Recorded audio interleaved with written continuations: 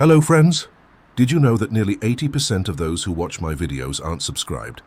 If you enjoy the content, I'd truly appreciate it if you hit that subscribe button. It helps a lot. Also, don't forget to leave a like and share your thoughts in the comments. Your interaction not only supports the channel's growth, but also helps these stories reach more people. Thank you all for being here. By the way, where are you watching from? Let me know in the comments. Marcus Rivera had been working at the Pine Valley Police Department for 15 years, but the call he received on that stifling August evening would test all his experience. The air conditioning at the station had been malfunctioning all day, leaving everyone irritable and lethargic. When at 7:43 p.m., an anxious 911 call came in from headquarters. My daughter didn't come home from her summer job. The voice on the recording trembled. She's never late, never. Something's wrong. The missing person was Hannah Brooks, 19 years old, working at a local bookstore for the summer before returning to college. According to her mother, Hannah had left work at 5 p.m., texting that she was stopping by a friend's house before coming home for dinner. That was the last anyone had heard from her. Marcus looked at his watch. It was now 11 p.m. While department policy typically required waiting 24 hours for adults, something in the mother's voice combined with Hannah's age and the complete break in communication pattern prompted immediate action. "Tyler, you're with me." Marcus called to Officer Tyler Johnson, a younger cop who'd shown promise in investigative work. "We've got a missing person, and I don't like the feel of this one." They started at the bookstore, even though it had been closed for hours. The manager, reached by phone, agreed to meet them there. The security footage showed Hannah leaving at 5:03 p.m., walking toward her car in the small parking lot behind the building. She appeared normal, even cheerful, waving goodbye to a co-worker. "She mentioned anything unusual lately?" Marcus asked the manager, a nervous man who kept wringing his hands. "Any customers who made her uncomfortable? Problems with anyone?" "No, nothing like that. Hannah's one of our best employees. Reliable, friendly, everyone loves her." The parking lot behind the bookstore was poorly lit, something Marcus made a mental note about. Hannah's car, a red Honda Civic, was gone. They had already put out a bolo for it, but so far nothing. "Let's check with the friend she was supposedly visiting," Tyler suggested. The friend, Rachel Thompson, lived about 10 minutes from the bookstore. When Marcus and Tyler arrived at her apartment complex, it was approaching midnight. Rachel answered the door in pajamas, clearly having been woken up, her face immediately creasing with concern when she saw the police. "Is this about Hannah?" "Her mom called me earlier. I told her Hannah never came by. We had plans to look at some stuff for her dorm room, but she never showed up. I texted her a couple times, but she didn't respond. I figured maybe she forgot or something came up." Marcus felt a familiar tightness in his chest that came when a case started feeling wrong. Hannah was responsible according to everyone. She had specific plans. Her car was missing. Her phone was going straight to voicemail. "Rachel, did Hannah mention anyone new in her life recently? Maybe someone she met online or at work?" Rachel bit her lip, thinking there was this guy. "I don't know his name. She mentioned someone had been coming into the bookstore a lot, always ending up in her section. She thought he was kind of weird but harmless. Said he never really bought anything, just browsed and tried to make small talk." "Did she describe him?" "Not really. Just said he was older, maybe 30s or 40s, always wore a baseball cap." She laughed about it. Said he was probably just lonely. Marcus and Tyler exchanged glances. It wasn't much, but it was something. Back at the station, they pulled Hannah's phone records. Her last text was to her mother at 5:05 p.m., stopping by Rachel's, then home for dinner. "Love you." After that, nothing. No calls, no texts, no data usage. Either her phone was turned off, destroyed, or in an area with no signal. "We need to trace her route," Marcus said, spreading a map on his desk. Between the bookstore and Rachel's apartment, where could she have gone? Where could someone have intercepted her? Tyler traced the most likely route with his finger. "There's that stretch of Route 47 that goes through the woods. No houses for about 3 miles. Spotty cell coverage. Let's go." They drove slowly along Route 47, high beams on, looking for any sign of Hannah's red Civic. The road was dark, tree-lined, and isolated. About halfway through the wooded section, Tyler suddenly pointed there. "Pull over." Fresh tire marks veered off the road into the underbrush. They weren't deep enough to be from a crash, more like someone had deliberately turned off the road. Marcus called for backup and additional units to search the area. Then he and Tyler got out with flashlights. Following the tire tracks, they found themselves on what looked like an old logging trail, overgrown but still passable. About 100 yards in, their flashlights caught a reflection. Red metal, Hannah's Honda Civic. Don't touch anything, Marcus instructed, though Tyler knew better. They approached carefully, documenting everything with their phones. The driver's door was open, the keys still in the ignition. Hannah's purse was on the passenger seat, her phone on the floor. No signs of a struggle, Tyler observed, but Marcus was already shaking his head. Look at the driver's seat. It's pushed all the way back. Hannah, according to her description, was 5'4" in. The seat was positioned for someone much taller. Someone else drove this car here, Tyler said quietly. Marcus was already on his radio, calling in the K9 unit and a full search team. Within an hour, the quiet forest was filled with officers, search dogs, and volunteers who had heard about Hannah's disappearance through social media. The dogs picked up Hannah's scent immediately, leading from the car deeper into the woods. The handlers moved quickly but carefully, officers flanking them with flashlights cutting through the darkness. Marcus felt his heart rate spike as they moved further from the road, further from safety. After about half a mile, the lead dog suddenly stopped, circling an area near a large oak tree. There were signs of disturbance in the leaf litter, broken branches, and what looked like drag marks leading away from the spot. She was here, the canine handler confirmed, but the scent is mixed with something else. Another person, and he paused, his face grim. Vehicle exhaust recent. There must be another road or trail nearby. Tyler was already checking his phone's GPS. There's an old fire road about 50 yards that way. It connects to Highway 18. They rushed to the fire road, finding fresh tire tracks different from those at Hannah's car. Whoever had taken her had planned this carefully, abandoning her car in one location, moving her to another vehicle on a different road. It suggested premeditation, planning, and local knowledge of the area. Get roadblocks up on Highway 18 in both directions, Marcus barked into his radio. Check every traffic camera, every gas station security feed. Someone took this girl and they can't be far. As dawn broke over Pine Valley, Hannah Brooks had been missing for over 12 hours. Her abandoned car had yielded DNA evidence and fingerprints that were being processed. The search area had expanded to include 3 counties. Her picture was on every news channel and social media feed, but Marcus knew the statistics. The first 48 hours were critical in missing persons cases. After that, the chances of finding someone alive dropped dramatically. And something about this case, she was never found. Amanda nodded grimly. All 3 cars were found abandoned in isolated areas. All 3 women had told someone they were making a brief stop before heading home. All 3 disappeared in August. Marcus studied the map where Amanda had marked the locations. They formed no obvious pattern geographically, spread across 3 states, but something nagged at him. What about their jobs, their routines? Amanda pulled up more information. Sarah Chen worked at a library, Jennifer Martinez at a coffee shop, Emily Watson at a craft store. All retail or service jobs, with regular hours and public interaction. He's shopping, Tyler said, suddenly the realization hitting him. He's going to these places as a customer, selecting victims. Marcus's phone rang. It was the bookstore manager. Detective, I remembered something. That man Rachel mentioned, I think I know who she meant. We have a rewards member who comes in frequently. Name's Joshua Miller. He always pays cash. But he signed up for the rewards program about 2 months ago. We need that information immediately, Marcus said, already heading for the door with Tyler and Amanda. The address Joshua Miller had provided for the rewards program led them to a rundown apartment complex on the outskirts of Pine Valley.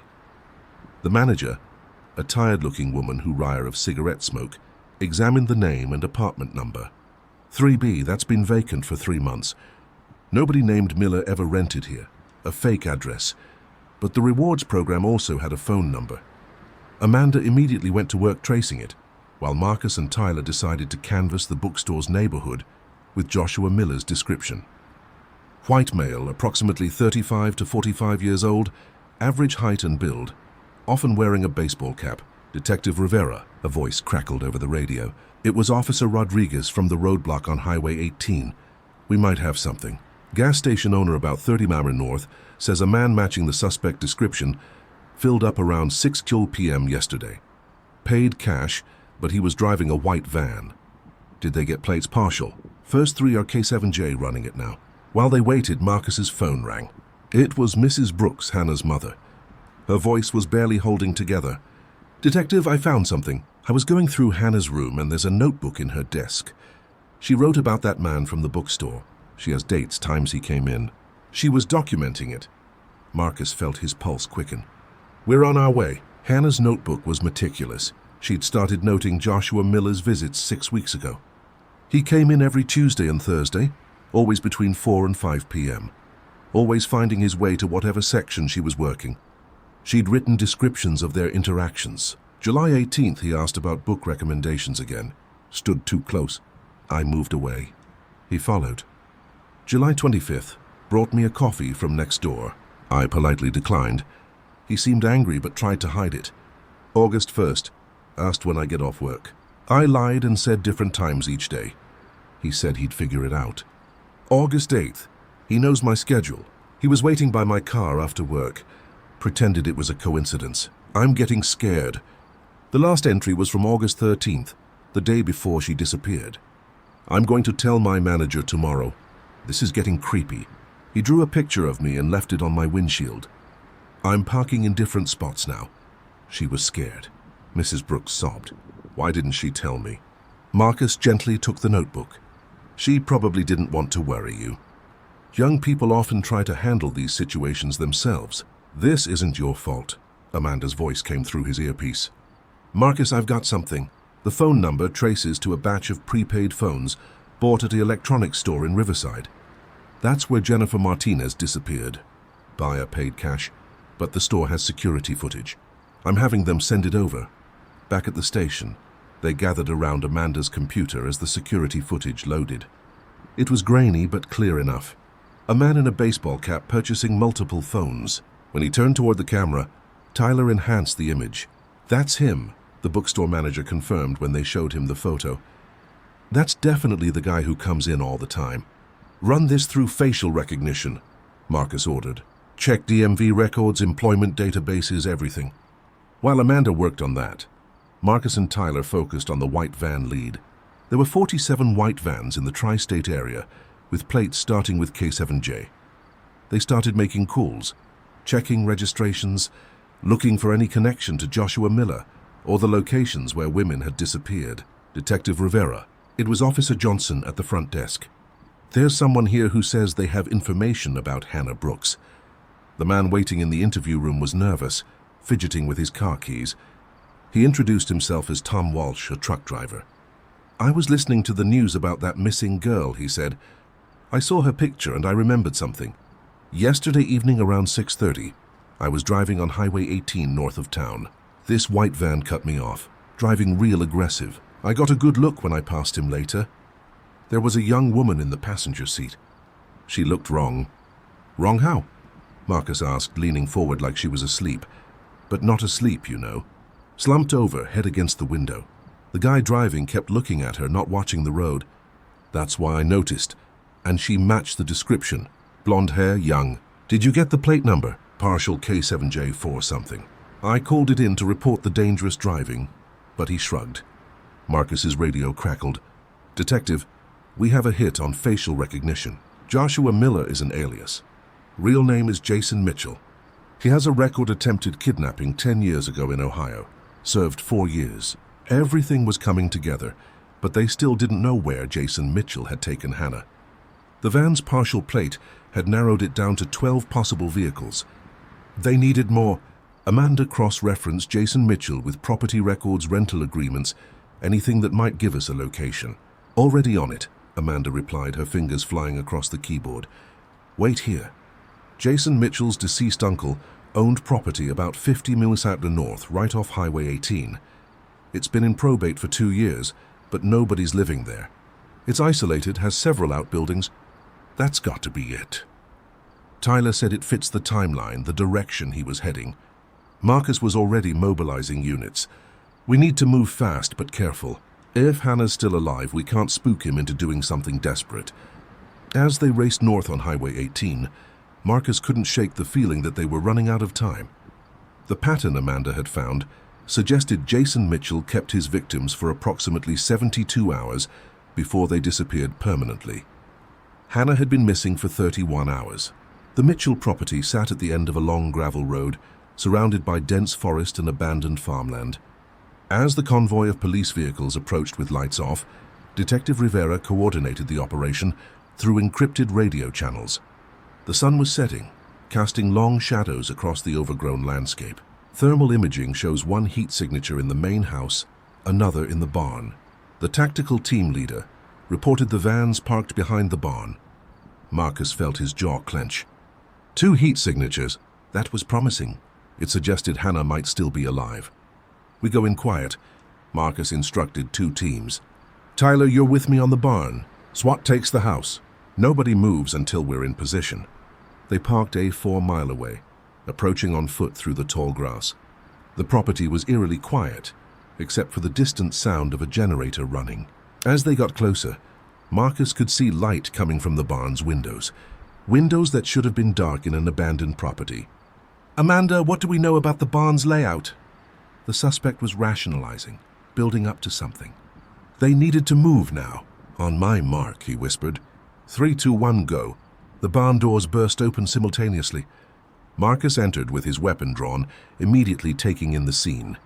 Hannah Brooks was tied to a chair in the center of the barn, duct tape over her mouth, her eyes wide with terror but alive.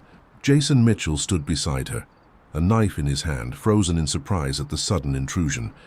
"Drop the weapon," Marcus commanded. "Jason Mitchell, step away from Hannah right now." For a moment, nobody moved. Mitchell's eyes darted between the officers, calculating. Then he grabbed Hannah's chair, pulling her in front of him as a shield, the knife moving to her throat. "Stay back!" Mitchell screamed. "You don't understand. She's part of the pattern. It has to be completed." "Jason, listen to me," Marcus said, keeping his voice calm while slowly moving to get a better angle. "Hannah doesn't have to be part of any pattern. You can choose to end this right now. You don't know what they did to me." Mitchell rambled, his hands shaking. "These girls, they're all the same. They smile and pretend to be nice, but they're laughing at me. I know they are." Tyler had managed to circle around to Mitchell's blind spot. Marcus needed to keep the man talking, distracted. "Tell me about the others, Jason. Sarah, Jennifer, Emily, where are they?" Mitchell's face contorted. They're where they belong, where they can't hurt anyone anymore." "Jason, those women never hurt you." "Your uncle hurt you, didn't he?" This was his barn. "Is that where it started?" The question hit a nerve. Mitchell's grip on the knife loosened slightly as his eyes went unfocused, lost in some memory. "He said I was weak. Said no woman would ever want me unless I made them." "But you're not him, Jason. You can choose to be different.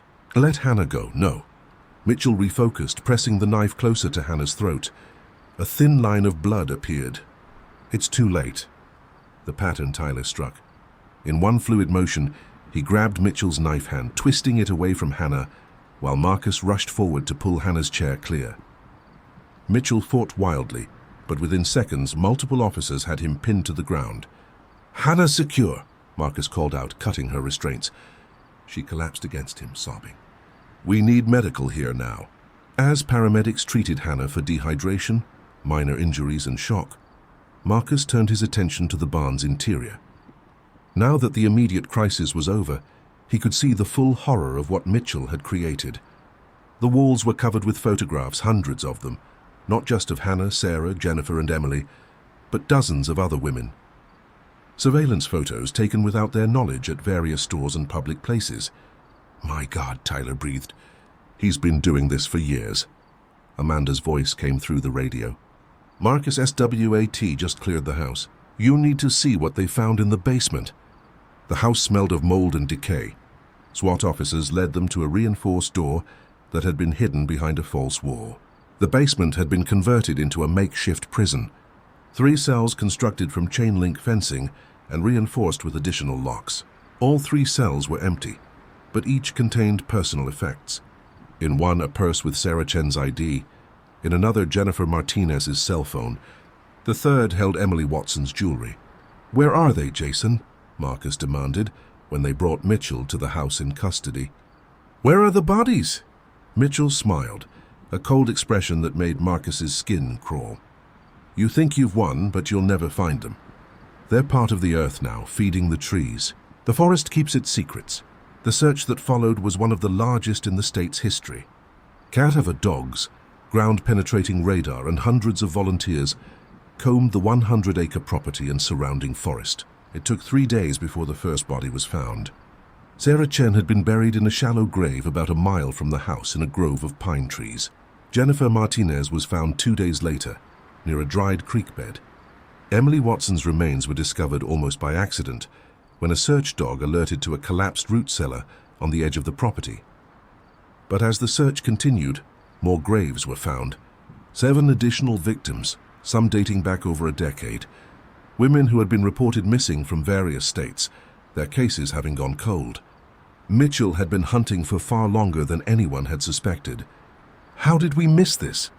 Tyler asked one evening as they processed evidence. "How did nobody notice the pattern sooner?"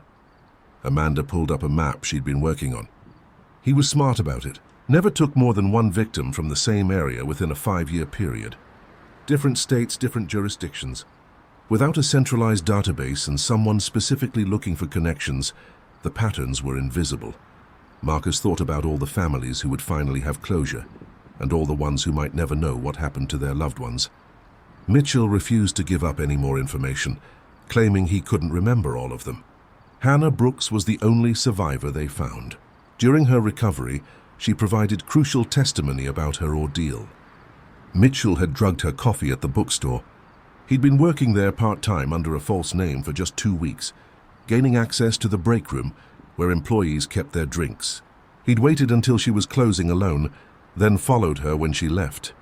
"I started feeling dizzy while driving," Hannah told them from her hospital bed, her mother holding her hand. "I pulled over because I thought I was going to be sick. That's when he appeared at my window acting concerned, offering to help. The next thing I remember was waking up in that barn." The investigation revealed that Mitchell had been escalating. His early victims had been killed quickly, but he'd kept Hannah alive longer, wanting to savor the control.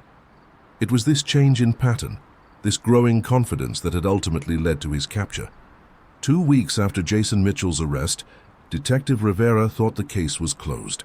Hannah Brooks was recovering at home, surrounded by family. Mitchell was in custody awaiting trial, and they'd identified 9 of the 12 bodies found on his property. Then Amanda Lewis walked into his office with a laptop and a grim expression. "Marcus, we have a problem. I've been going through Mitchell's computers, and he wasn't working alone." Marcus felt his stomach drop. "What do you mean?" Amanda opened the laptop, showing encrypted chat logs she'd managed to decode. "He was part of a network. They shared techniques, locations, even victims. Look at this." The messages were dated over the past 3 years, between Mitchell and at least 4 other users, identified only by code names. They discussed their collections, traded advice on avoiding detection, and most disturbingly seemed to have a rating system for potential victims. "Hannah was mentioned," Amanda continued, pulling up a specific conversation from 6 weeks before her abduction. Mitchell posted her photo taken without her knowledge at the bookstore. The others encouraged him, gave him advice on how to take her. Tyler, who'd been listening from the doorway, stepped inside. "We need to identify..." "Where was the last meeting?" "Warehouse in Columbus, last November. But it changes every time. How many?" 15, maybe 20 showed up. Marcus felt sick. 20 predators, all active, all sharing information on how to better hunt their victims. While Foster continued working on Mitchell, Amanda made another breakthrough. She'd found a pattern in the financial transactions.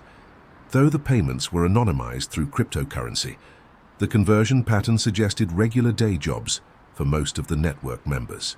"Look at this." She showed Marcus and Tyler. Transactions primarily happen during lunch hours and evenings.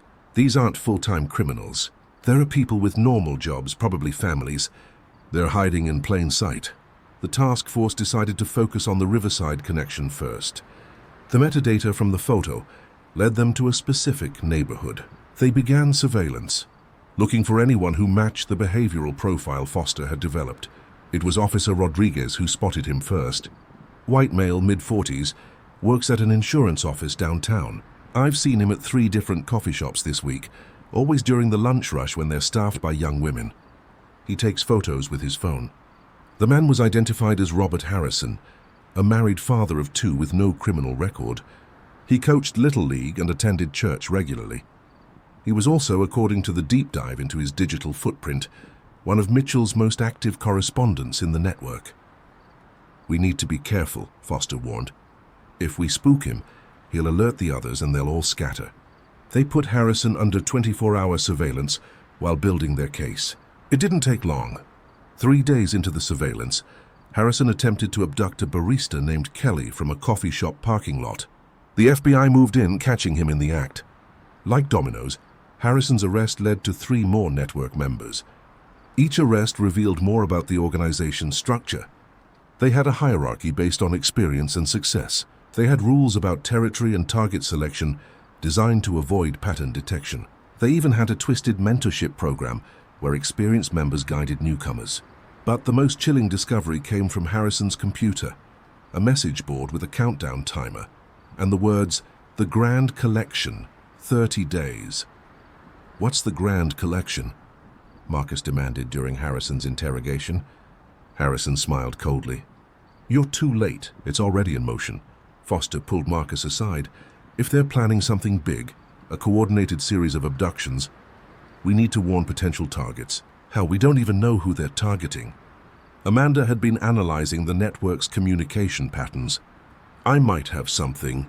They have criteria for their victims: age range, physical appearance, occupation types, even personality traits they look for. I can create a profile of potential targets. Working through the night, Amanda developed an algorithm that identified high-risk potential victims based on the network's established patterns. The list was terrifyingly long.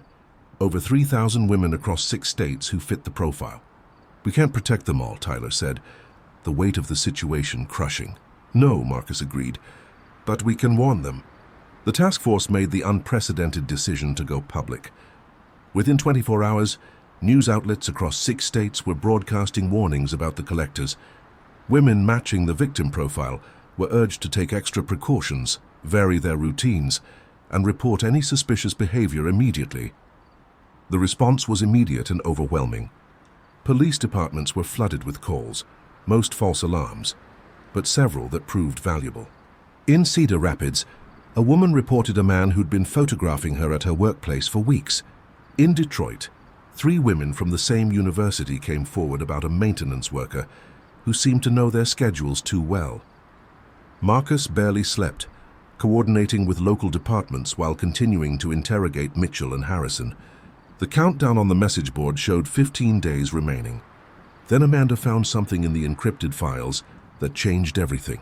"Marcus, they have a list. Specific targets for the Grand Collection. 20 women across the network's territory." One name jumped out at Marcus immediately. Rachel Thompson, Hannah's friend. "They're going after her because we saved Hannah." Marcus realized it's revenge. They immediately put protection details on all 20 women. They could identify from the partial list Amanda had decoded. But they knew it wasn't enough. The network had gone dark after Harrison's arrest. Their usual communication channels silent. "They're adapting," Foster said. "They know we're onto them." It was Hannah Brooks who provided the unexpected breakthrough. She called Marcus directly, her voice shaking but determined. "Detective Rivera, I've been thinking about something Mitchell said when he had me. He mentioned that someone was watching me even before he was someone who told him about me." "What exactly did he say, Hannah?" "He said, you were recommended premium grade. They called you. It didn't make sense then, but if there's a network..." Marcus felt the pieces clicking together. "Someone else scouted you first. Someone who's still out there." Hannah's voice grew quieter. "Detective, what if it's someone I know? Someone who seems normal?" The possibility sent the investigation in a new direction. They began looking at people in Hannah's life, cross-referencing with employment at locations where other victims had worked or frequented. Tyler found the connection. Joshua Miller, Mitchell's alias at the bookstore. He had a reference for the job. The reference was from a Tom Walsh. "Tom Walsh," Marcus repeated. "Why is that familiar?" "The truck driver?" Amanda exclaimed. "The one who reported seeing Hannah in the van. He gave us the partial plate that led us to Mitchell." The realization was staggering. Walsh hadn't been helping. He'd been controlling the investigation, ensuring they found Mitchell, but not the larger network. "He's been playing us," Foster said. "He wanted Mitchell caught." "Why?" Amanda pulled up the network communications again, looking at them with fresh eyes. "Power struggle. Look at these messages from months ago." Mitchell was challenging someone's authority, suggesting changes to their rules. "If Walsh is higher in their hierarchy, he used us to eliminate a rival," Marcus finished. They put Walsh under immediate surveillance, but he'd vanished. His apartment was empty, his truck abandoned at a rest stop. But he'd made one mistake. His real name wasn't Tom Walsh. Fingerprints from his truck revealed him as Thomas Walker, a long-haul trucker with routes that perfectly matched the timeline and locations of dozens of disappearances. "He's the founder," Foster said, studying Walker's history. "He started the collectors. Mitchell was becoming too visible, too risky, so Walker sacrificed him to protect the network. With 5 days left on the countdown, they got a break. A state trooper in Montana reported seeing Walker's truck at a remote rest stop. By the time tactical teams arrived, he was gone. But he'd left something behind. A burner phone with a single number programmed. Marcus made the decision to call it. Detective Rivera. Walker's voice was calm, almost amused. "I wondered when you'd find that." "It's over, Walker. We know who you are. We know about the network. Do you? You found Mitchell, Harrison, a few others, foot soldiers. The real players are still free. The Grand Collection is off. We have protection on all the targets." Walker laughed. 20 targets. Try 60. You found one list. We have 3. Marcus's blood ran cold.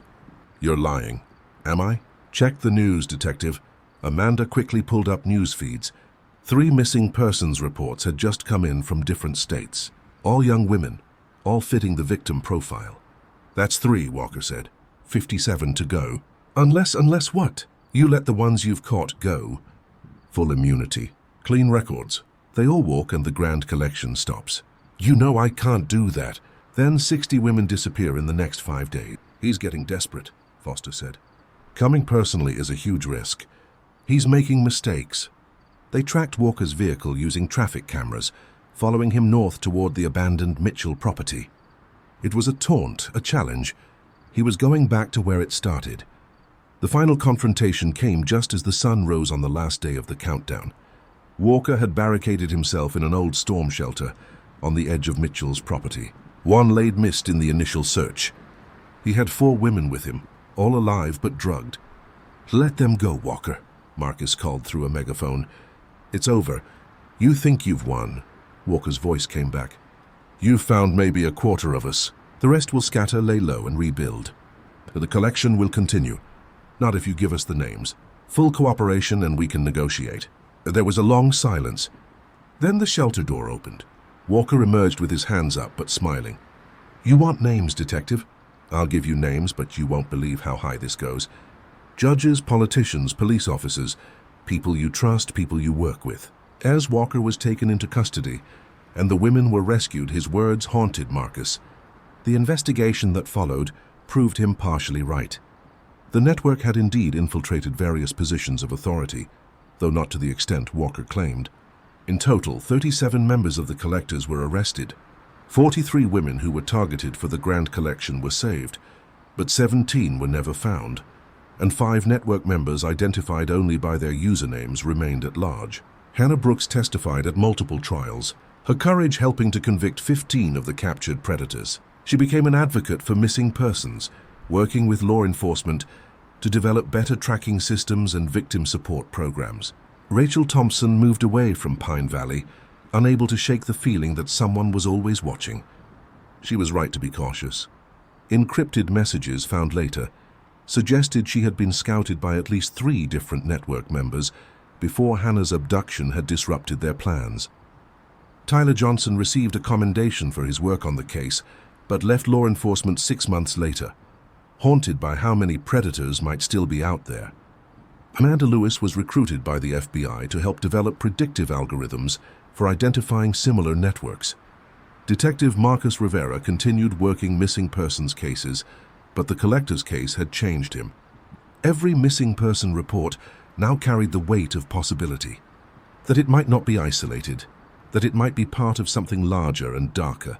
Thomas Walker was convicted on multiple counts and sentenced to life without parole. During his sentencing, he made a chilling statement. "You think you've ended something, but you've only driven it deeper underground." The collection continues, just with new faces, new names, new methods. Every missing person you can't find, every case that goes cold. Wonder if it's us. We learned from this. Next time you won't see us coming.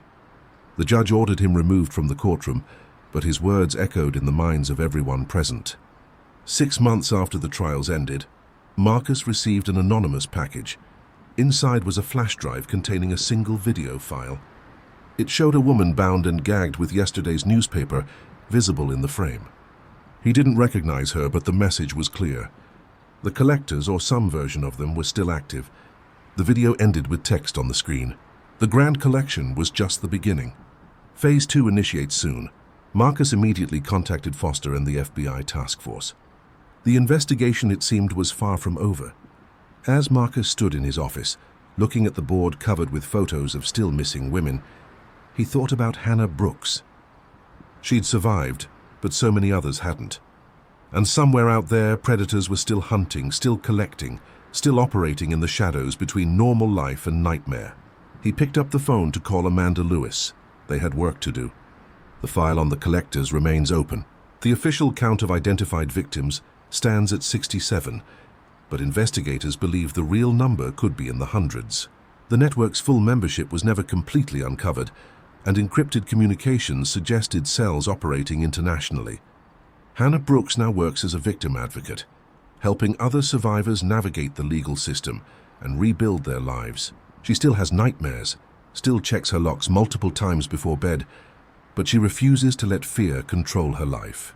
"They wanted to collect us like objects," she said in a recent interview. "But we're not objects, we're survivors, and we're the reason they're now the ones living in fear of being caught." The search for the remaining members of the collectors continues. Every missing persons case is now scrutinized for connections to the network. The FBI maintains a dedicated task force, and Marcus Rivera consults on cases that bear the network's signature. But late at night, when Marcus reviews the files, he knows Walker was right about one thing. They'd only scratched the surface. Somewhere out there in ordinary neighborhoods and everyday places, predators still walk among us, patient and methodical, waiting for the next opportunity to add to their collection. The fight continues, one missing person at a time, one rescue at a time, one arrest at a time. Because every person saved, every predator caught, is a victory against the darkness that the collectors represented. But the shadow they cast remains a reminder that evil often wears a familiar face, drives an ordinary van, and shops at the same stores we do. The only defense is vigilance, awareness, and the refusal to let anyone simply disappear without someone asking why. In Pine Valley, Hannah's case changed everything. Missing persons reports are now investigated immediately. Store employees are trained to recognize stalking behaviors. The community learned a hard lesson that the monsters aren't always strangers in the dark. Sometimes they're the customer who comes in every Tuesday. Always friendly, always watching, always collecting. Rebecca Lawson had been with the Whitmore County Sheriff's Department for 15 years, the last 8 as their lead investigator for missing persons cases.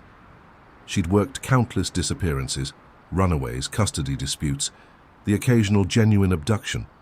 But the call that came through at 7:47 a.m. on that foggy Monday morning in early September would redefine everything she thought she knew about her job, her town, and the nature of reality itself. She was in the middle of reviewing the weekend's reports, 2 domestic disputes, a bar fight, 3 DUIs, when Sheriff Robert Hayes burst through her office door. His face, normally ruddy from years of outdoor work, had gone pale as fresh paper. "Rebecca, drop everything. We've got a situation that doesn't make sense." She set down her coffee mug carefully, noting the slight tremor in Hayes' hands. In 12 years of working together, she'd never seen him this shaken. "What's happened?" School bus 47 was found abandoned on Route 19. Engine still running, hazard lights on, doors wide open. No driver, no kids, not a soul in sight. The coffee turned to acid in her stomach. How many? 14 kids, ages 6 through 17. The drivers, Patricia Anderson. She's been driving that route for 8 years, without so much as a late arrival. Rebecca was already grabbing her jacket and service weapon. Any signs of struggle? Blood? Damage to the bus? That's the thing. Nothing. It's like they all just decided to get off in the middle of nowhere and walk into the woods. Within minutes, Rebecca was in a patrol car with Officer Daniel Morrison, her partner, for the past 5 years. Daniel was steady, methodical, the perfect complement to her more intuitive approach. Daniel called from outside. He was crouched near the front of the bus, studying the ground. In the soft shoulder dirt were footprints, dozens of them. Children's sneakers in various sizes, the distinctive tread of Patricia Anderson's work boots. But the pattern made no sense. They're walking in perfect single file, Daniel observed, tracing the line with his finger without touching the prints. Look, even the smallest kids maintained perfect spacing. No wandering, no resistance, no signs anyone was forced. Rebecca knelt beside him, her detective's mind struggling to process what she was seeing. The 6-year-olds don't walk like this. Hell, adults don't walk like this unless they're military. It's like they were programmed, Daniel finished quietly. The word hung between them, unspoken implications making them both uncomfortable. Rebecca stood, following the trail with her eyes. It led directly into the forest, the dense old-growth woods that had stood here since before the town was founded. Call in search and rescue, she ordered, and get the canine unit. We're going to need everyone on this. As Daniel made the calls, Rebecca studied the bus again. Something nagged at her, some detail out of place. Then she saw it. The keys were still in the ignition, but Patricia's purse was gone. Why take your purse, but leave your keys if you're evacuating the bus in an emergency? Parents began arriving within 20 minutes, alerted by the school's automated system when the bus failed to arrive. Rebecca recognized most of them. Whitmore County was small enough that everyone knew everyone, at least by sight. The fear in their faces was universal, primal. Jennifer Parker arrived first, still in her hospital. Scrubs from the night shift she'd just finished. "Where's Tommy? Where's my son?" She grabbed Rebecca's arm with desperate strength. "He's diabetic. He needs his insulin by noon or he could go into shock." "We're going to find them," Rebecca promised, gently extricating herself. "I need you to think." "Was there anything unusual about Tommy this morning? Did he say anything strange?" Mrs. Parker shook her head frantically. "No, nothing. He was excited about show and tell. He had his grandfather's war medals in his backpack." She broke off, sobbing. More parents arrived in a steady stream. Rebecca assigned Officer Amy Johnson to coordinate with them, gathering descriptions, medical information, recent photos from phones. Every detail could matter. Carl Anderson, Patricia's husband, arrived looking confused and terrified in equal measure. Patricia left the same time she always does, 5:30 sharp. She's been driving the same route for 8 years. She knows every kid, every stop, every pothole on these roads. "Has she been acting differently lately?" Rebecca asked. "Any stress, health issues, anything unusual?" Carl hesitated and Rebecca caught it immediately. "Mr. Anderson, anything could help. She's been having nightmares," he admitted reluctantly, "for about 2 weeks now. She wakes up talking about the calling and the gathering. I thought it was just stress from the new school year starting. Maybe menopause." Rebecca made a note. "What exactly does she say?" "It's gibberish mostly, but last night she sat straight up in bed and said clear as day, 'The teacher is coming.' The real teacher. Then she went back to sleep and didn't remember it in the morning." The search team assembled quickly. 20 officers from the sheriff's department, 15 volunteers from the fire department, and a search and rescue team from the state police. Rebecca briefed them at the forest edge. The footprint trail their only lead. "Stay in visual contact with your partner at all times," she instructed. "These woods are dense, and with this fog, it's easy to get disoriented. The trail appears to go straight in, but we don't know if it continues that way. Look for any sign of the children or Patricia. Clothing, items, anything." She entered the forest with Daniel and 4 other officers. The fog was even thicker here, trapped beneath the canopy. The footprint trail continued its unnaturally straight path, cutting through underbrush that should have forced the group to weave around obstacles. "This doesn't make sense," Officer James Sullivan muttered. He was a rookie, only 2 years on the force, but he'd grown up hunting these woods. Kids would have to duck under branches, go around that fallen log. But the prints just go straight through, like the obstacles weren't there when they passed. About a 4-mile in, the trail simply ended. Rebecca stared at the spot where 15 people had apparently vanished into thin air. The ground showed no disturbance beyond the last footprint. No scuff marks indicating a struggle. No indication the group had scattered in different directions. Nothing. "Fan out," she ordered. "Check every inch within 100 radius. Look up in the trees. Check for hidden ditches, anything." As the search expanded, Rebecca's phone rang. It was Dr. Emily Rodriguez from the County Dispatch Center, and her voice was tight with confusion. "Detective Lawson, we just received a 911 call. You need to hear. It came in 3 minutes ago from Patricia Anderson's cell phone." "That's impossible. We have her phone. It was on the bus." "That's what I thought. But the caller ID is definitely hers. I'm sending you the recording now." Rebecca played it on speaker so Daniel could hear. Through heavy static came a young voice, terrified and whispering. "They're taking us down under the ground. Please help. The teacher is wrong. She's not Mrs. Anderson anymore. She's something else wearing her face." The call cut off abruptly. Rebecca played it twice more, trying to identify the voice. "That sounds like Katie Martin," Daniel said. "She's in my daughter's Girl Scout troop." "But how could she call from Patricia's phone if the phone is on the bus?" Before Rebecca could respond, Officer Sullivan shouted from 50 yards away, "Detective, I found something." They rushed to his position. He'd found a child's shoe, a pink sneaker size appropriate for a first grader.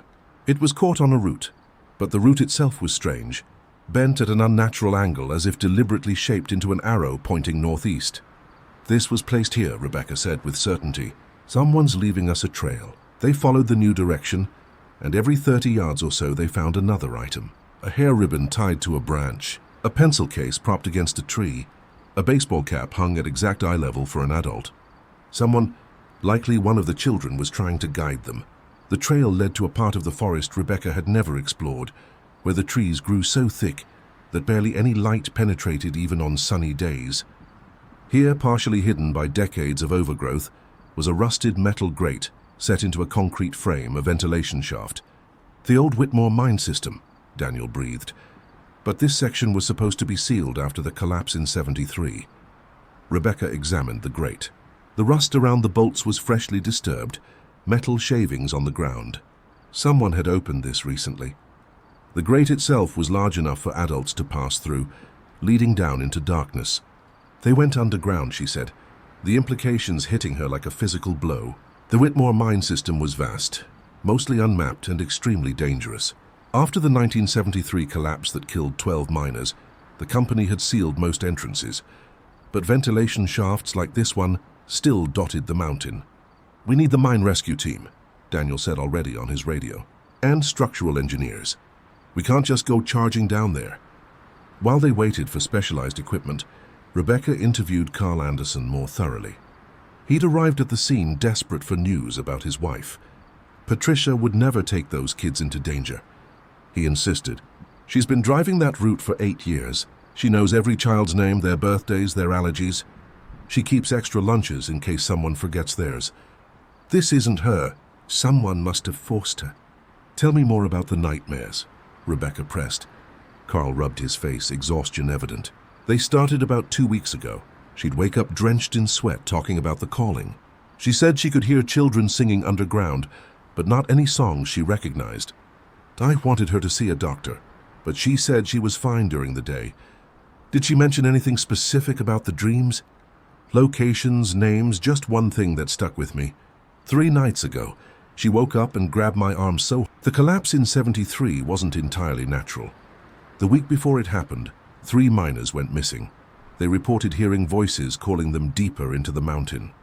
Children's voices. Management thought it was carbon monoxide hallucinations, but the air tested fine. Those 3 men were never found, not even after the collapse. "Ghost stories won't help us find these kids," Rebecca said sharply. "Maybe not," Foster agreed, "but there's more. My grandfather was one of the original surveyors when they opened these mines in 1892. He kept a journal. According to him, they found things down there that shouldn't exist. Chambers that looked carved but predated any human presence in the area, symbols that hurt to look at directly, and spaces where the geometry didn't make sense." "What do you mean didn't make sense?" "Rooms that were bigger on the inside than outside. Passages that led up but somehow ended up deeper underground. They sealed those sections and never mined them, but the ventilation system still connects to some of them." Despite her skepticism, Rebecca felt a chill. The perfect single-file footprints, the impossible phone call, Patricia's dreams of children singing underground. It all pointed to something beyond a conventional missing persons case. Foster's team began setting up their equipment: ropes, air quality monitors, communication gear. They would descend first to ensure the shaft was safe. Then Rebecca and a small team would follow. "The air down here should be toxic after 50 years, Foster explained, checking his readings. "But I'm getting normal oxygen levels, even slight air movement. Like something's creating ventilation we can't see." The first team descended, their helmet cameras feeding back to monitors above ground. The shaft dropped 30 FT before opening into a horizontal tunnel. The walls were carved from solid rock, but too smooth for 1800s mining tools. "There's something written on the walls," the team leader reported. "Symbols or letters, but nothing I recognize. They look old, really old." Rebecca made a decision that would change everything. "I'm going down," Daniel protested immediately. "Rebecca, we should wait for more backup, maybe federal resources." "Those are kids down there," she interrupted, "including a diabetic boy who needs insulin. We don't have time to wait." She strapped on the harness and helmet, checking her weapon and flashlight. The descent was claustrophobic, the shaft barely wide enough for an adult. But when she reached the tunnel, she was surprised by its size, high enough to stand comfortably, wide enough for 3 people to walk abreast. The symbols on the walls made her head hurt to look at directly. They seemed to shift when she wasn't focused on them, rearranging themselves into almost recognizable patterns before dissolving back into chaos. "Detective Lawson." Her radio crackled. It was Officer Johnson from above. "We just got another 911 call. Same impossible origin point. This one's different." Through the static came multiple children's voices singing in harmony. "Ring around the rosy pocket full of posies. Ashes, ashes. We all fall down, but down here we get back up. Down here we learn to fly. Come find us, detective. The teacher is waiting." Rebecca's blood ran cold. That wasn't just any children's voices. She recognized Tommy Parker's distinctive lisp, Katie Martin's slight southern accent. They were alive, but something was very wrong. The tunnel sloped downward, and the temperature dropped noticeably. Their breath became visible in the helmet lights. The footprints continued here, still in that perfect line. But now Rebecca noticed something else, smaller prints appearing alongside them. Prints that couldn't belong to any of the missing children or Patricia. They were wrong somehow, too long, too narrow, with what looked like an extra joint in each toe. "What kind of animal makes prints like that?" Daniel asked, crouching to examine them. "No animal I know," Rebecca replied. She took photos, but they came out blurred, as if the prints themselves resisted being captured. They'd been walking for 20 minutes when they heard it. Children singing, echoing through the tunnels. But the song was wrong. It started as "Ring Around the Rosie," but morphed into something else. Words in a language that sounded like no earthly tongue. They followed the sound, weapons drawn but pointed down, trying to move quietly. The tunnel opened into a vast cavern, and what they saw defied explanation. The cavern was illuminated by phosphorescent growths on the walls, casting everything in an eerie blue-green glow. In the center, the 14 children stood in a perfect circle, hands joined, walking slowly, clockwise while singing. Their eyes were closed, faces serene. In the center of their circle sat Patricia Anderson, but something was terribly wrong. She sat too straight, her head tilted at an angle that should have been painful, her eyes wide open, but reflecting the phosphorescent light like an animal's. "Tommy!" Rebecca called out, spotting the Parker boy. The singing stopped instantly. 14 pairs of eyes snapped open in perfect synchronization, all turning to stare at Rebecca and her team. When they spoke, it was in unison, their voices creating an unsettling harmony. "The teacher has been waiting for you, Detective Lawson. She says, 'You're very important. You're going to help us call the others.'" "Mrs. Anderson," Rebecca said, keeping her voice calm despite her racing heart. "Patricia, can you hear me? It's Detective Lawson. We're here to help."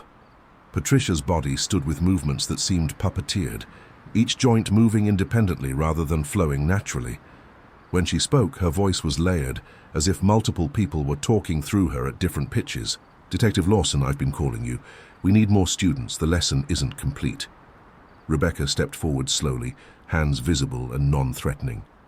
Patricia, I know you're in there. Carl is worried about you. He's up there waiting. Whatever's happening, we can get through this together. Patricia's head tilted further, accompanied by a wet, cracking sound that made everyone wheeze. Patricia is learning. She resisted at first, like the miners did all those years ago. But the mountain is patient. It's been waiting so long for the right teacher, the right students. The town above, they'll all learn soon. Learn what? Rebecca demanded, noting that Tommy Parker was swaying on his feet, his skin pale and clammy, signs of impending diabetic shock. To be more than human. To see reality as it truly is, not the narrow slice your limited senses perceive. The children understand so much better than adults. Their minds are still flexible, still capable of true learning. Rebecca noticed something else. The cavern walls were covered in drawings, clearly made by children's hands, but the subjects were impossible.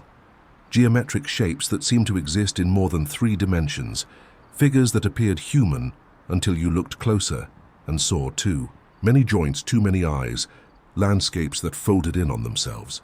Tommy needs medical attention now, Rebecca said firmly, her hand moving to her weapon. Whatever this is, that boy will die without insulin. The thing wearing Patricia's face considered this, its expression cycling through emotions too quickly to track. Death is just a transition between lessons, but perhaps a trade. You stay, detective, you become the new teacher. The children go free. Rebecca, no, Daniel warned. But she was already calculating. 14. Children's lives against hers. It wasn't even a question. All of them she negotiated, including Patricia. They all walk out of here and I stay.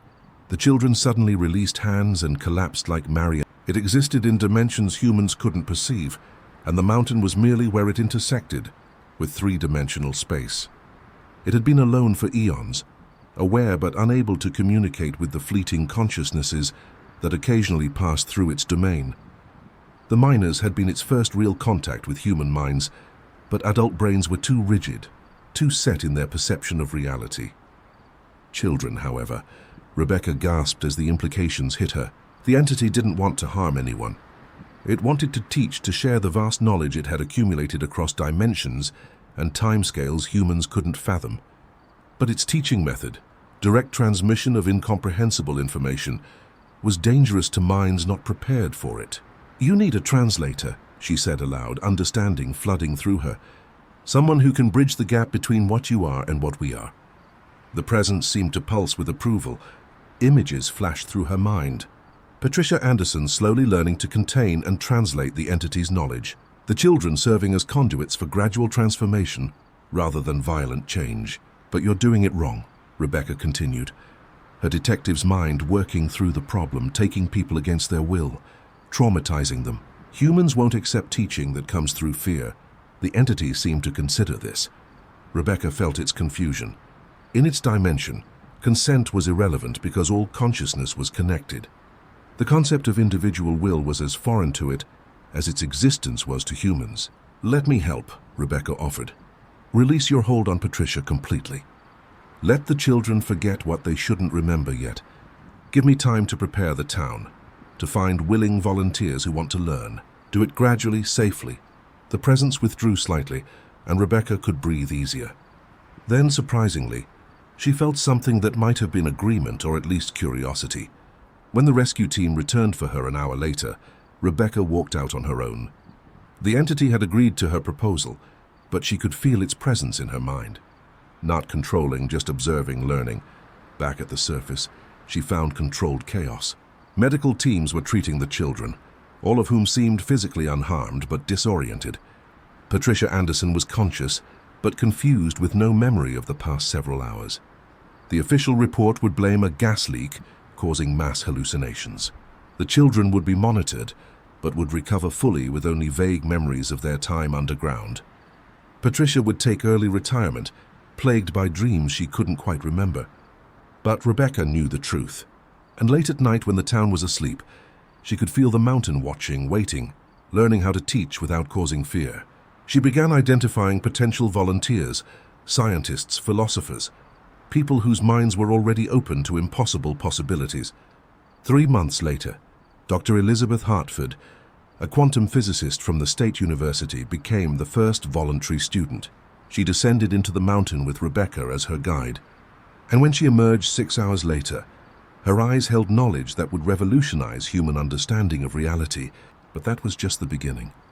The investigation into the Whitmore mine incident had officially closed. But Detective Rebecca Lawson's real work was just beginning. 3 months after the rescue, she found herself managing something unprecedented, a careful voluntary first contact between humanity and an entity that existed partially outside three-dimensional space. The basement of the Whitmore County Sheriff's Department had been converted into a monitoring station. Banks of equipment tracked seismic activity, electromagnetic fluctuations, and radiation levels around the mountain. But more importantly, it served as Rebecca's office for what she privately called the Integration Project. Sheriff Hayes knew something was happening, but chose not to ask questions.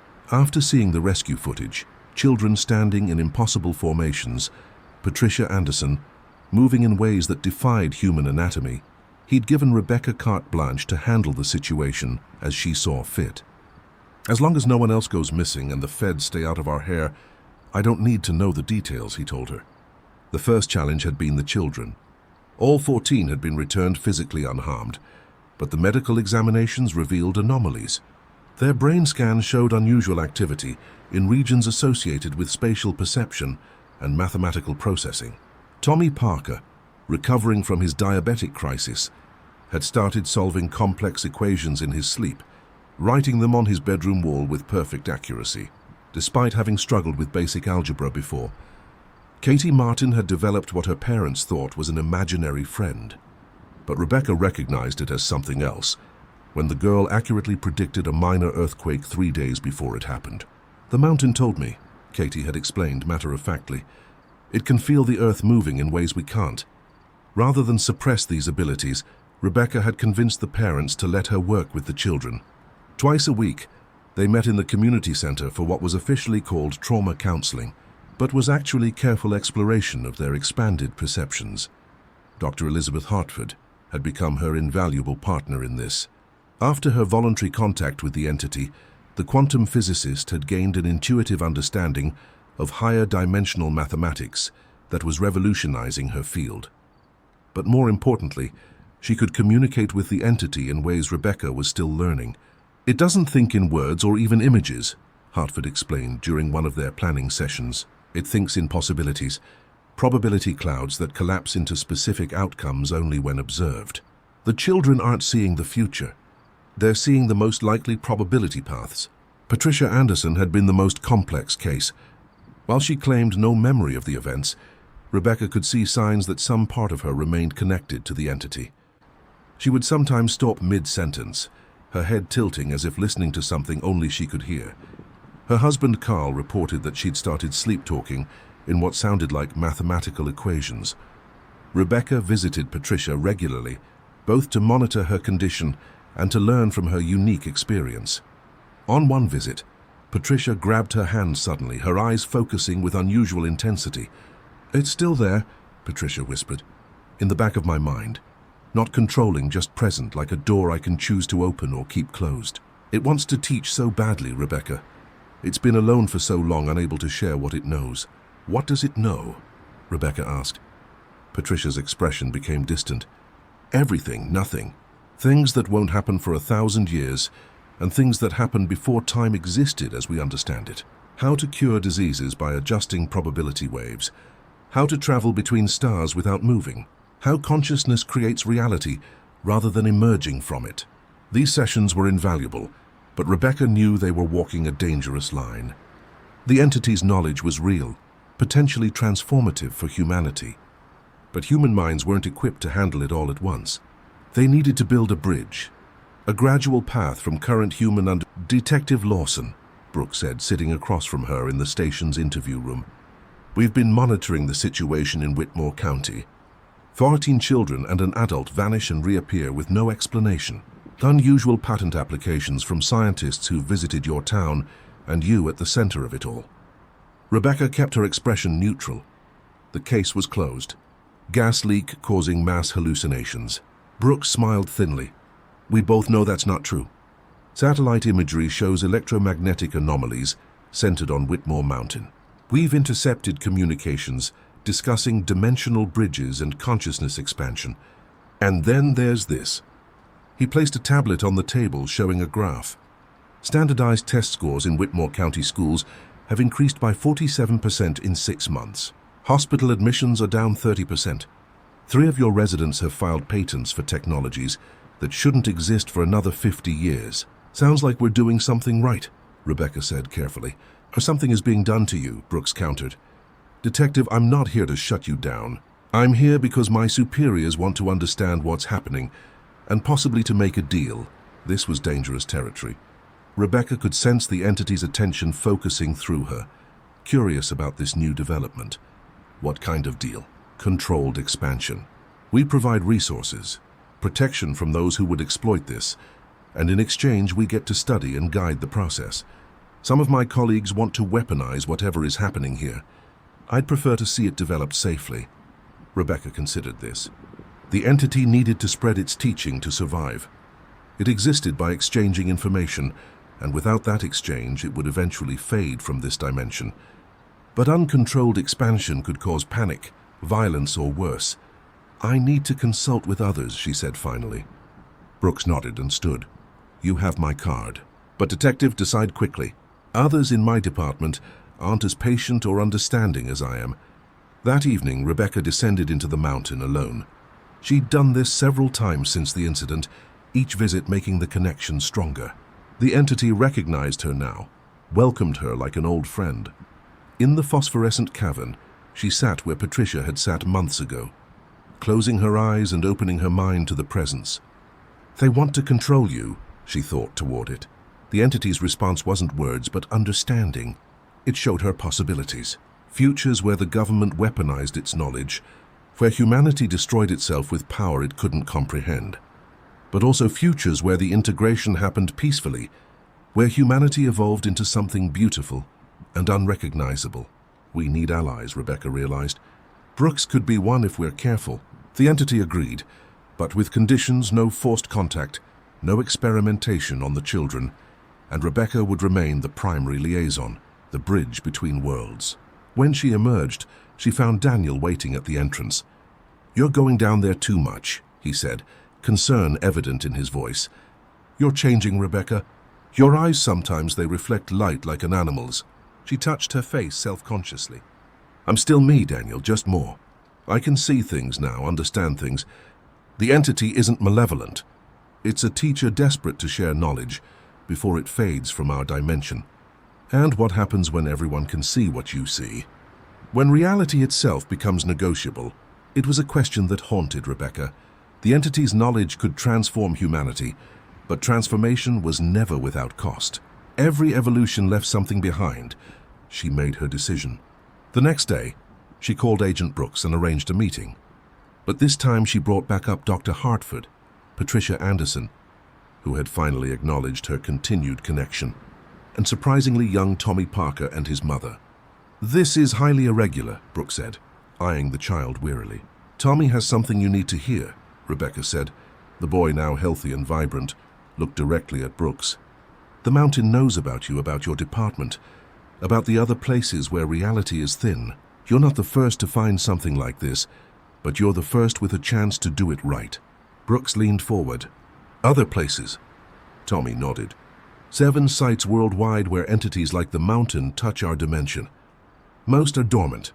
2 are actively hostile because first contact went wrong. The mountain learned from their mistakes. This changed everything. Brooks had suspected other incidents, but confirmation from a child who couldn't possibly have access to classified information was stunning. What does it want? Brooks asked. Patricia answered this time, her voice steady. To teach, to evolve us, to prepare us for what's coming. What's coming? Rebecca felt the entity surge through her, urgent and insistent. In approximately 200 years, humanity will develop technology that accidentally opens doorways to dimensions filled with hostile entities. Without the mountain's teaching, without evolved consciousness, humanity won't survive first contact. Brooks went pale. You're saying this is preparation for an invasion, not invasion, Dr. Hartford corrected. More like imagine if ants suddenly developed nuclear weapons. The other dimensions would notice. Some would try to help. Others would see us as a threat to be eliminated. The mountain is trying to give us the tools to navigate what's coming. The meeting lasted hours. Brooks asked probing questions. Tommy and the others answered with knowledge they shouldn't possess. By the end, a tentative agreement was reached. The government would provide resources and protection for what would be called the Whitmore Project. Volunteers would be carefully screened and prepared. The children would be monitored, but not experimented on, and Rebecca would remain in charge, the detective who'd become humanity's first ambassador to an impossible entity. But there were those who opposed the project from the start. The first serious threat came from within. Reverend William Garrett of the Whitmore First Baptist Church had initially stayed quiet about the strange events. But as more scientists arrived and rumors spread about communion with otherworldly beings, he began preaching about demons and possession. The devil has come to Whitmore County. He thundered from his pulpit, disguised as knowledge, as evolution, but I know its true face. Our children are being corrupted, their minds twisted by forces that mock God's creation. His sermons drew crowds from surrounding counties, people who feared change, who saw the entity as a threat to their worldview. Rebecca tried to manage the situation diplomatically, but tensions were rising. The crisis point came when Marcus Thompson, the philosophy professor who'd failed at contact, joined Garrett's crusade. Having touched the entity's consciousness and recoiled, he became its most virulent opponent. "It's not teaching," he told a packed church meeting. "It's replacing. Each person who goes into that mountain comes back less human. They might look the same, but something fundamental has changed. They're becoming nodes in an alien network, losing their individual souls." This interpretation spread like wildfire. Parents pulled their children from school. Scientists were harassed on the street. Someone spray-painted closed the portal on Rebecca's house. The entity, observing through its growing network of contacted individuals, was confused. It didn't understand opposition to knowledge, couldn't comprehend why anyone would choose ignorance over understanding. Rebecca tried to explain human nature to it during one of her sessions in the mountain. "We're afraid of change, of losing ourselves. You're asking us to become something we can't imagine." The entity's response surprised her. It showed her its own fear of fading from this dimension without fulfilling its purpose, fear of humanity destroying itself through ignorance, fear of being fundamentally alone despite being... They see the entity's knowledge as a potential weapon, super soldiers who can perceive multiple dimensions, weapons that operate outside normal physics. I'm holding them off, but if this project doesn't show peaceful progress soon, the threat was clear. Rebecca doubled her efforts to demonstrate beneficial applications. Dr. Hartford used her enhanced understanding to develop a theoretical framework, or zero-point energy. Dr. Riverside created therapeutic techniques that could cure certain mental illnesses by adjusting neuroquantum states. Even young Tommy Parker, working with his doctors, developed a probability-based model that could predict and prevent diabetic complications. But the real breakthrough came from an unexpected source. Patricia Anderson, who had resisted fully acknowledging her connection for months, finally embraced it. She descended into the mountain alone one night, without Rebecca's knowledge, and spent 6 hours in direct communion with the entity. When she emerged, she was transformed. Not physically, she looked exactly the same, but her presence had changed. She moved with absolute certainty, spoke with layered harmonics that conveyed multiple meanings simultaneously, and her eyes held depths of knowledge that made people uncomfortable to meet her gaze. "I understand now," she told Rebecca. "I fought it because I thought it was taking me over, but it wasn't. It was trying to merge, to create something new that was both of us. I'm still Patricia Anderson, but I'm also something more, a hybrid, a bridge. This was what the entity had been trying to achieve all along, not replacement, but synthesis." Patricia became the perfect translator, able to convey the entity's knowledge in ways humans could understand without being overwhelmed. She began teaching classes, small groups of carefully selected individuals. Her method was revolutionary. Instead of direct contact with the entity, She filtered its knowledge through her human understanding, making it digestible. Imagine, she told her first class, that you've lived your entire life in a two-dimensional world. You understand length and width, but not height. Now suddenly someone shows you a sphere. To you it would appear as a circle that changes size as it passes through your plane. The entity exists in dimensions we can't perceive, but I can help you understand its shadows, its projections into our world. The classes were successful beyond anyone's expectations. Students gained insights without losing themselves. A musician learned to compose in frequencies that induced specific emotional states. An architect designed buildings that seemed to exist in harmony with space itself. A doctor developed diagnostic techniques that could detect diseases at the quantum level. But success brought new challenges. Other governments became aware of the Whitmore project. Spies arrived disguised as tourists. Satellite surveillance increased. There were 3 attempted break-ins at the mine entrance, though the entity itself prevented any unauthorized access by inducing severe vertigo and intruders. More concerning were the unintended consequences of the entity's teaching. Some of the children were developing abilities beyond anyone's prediction.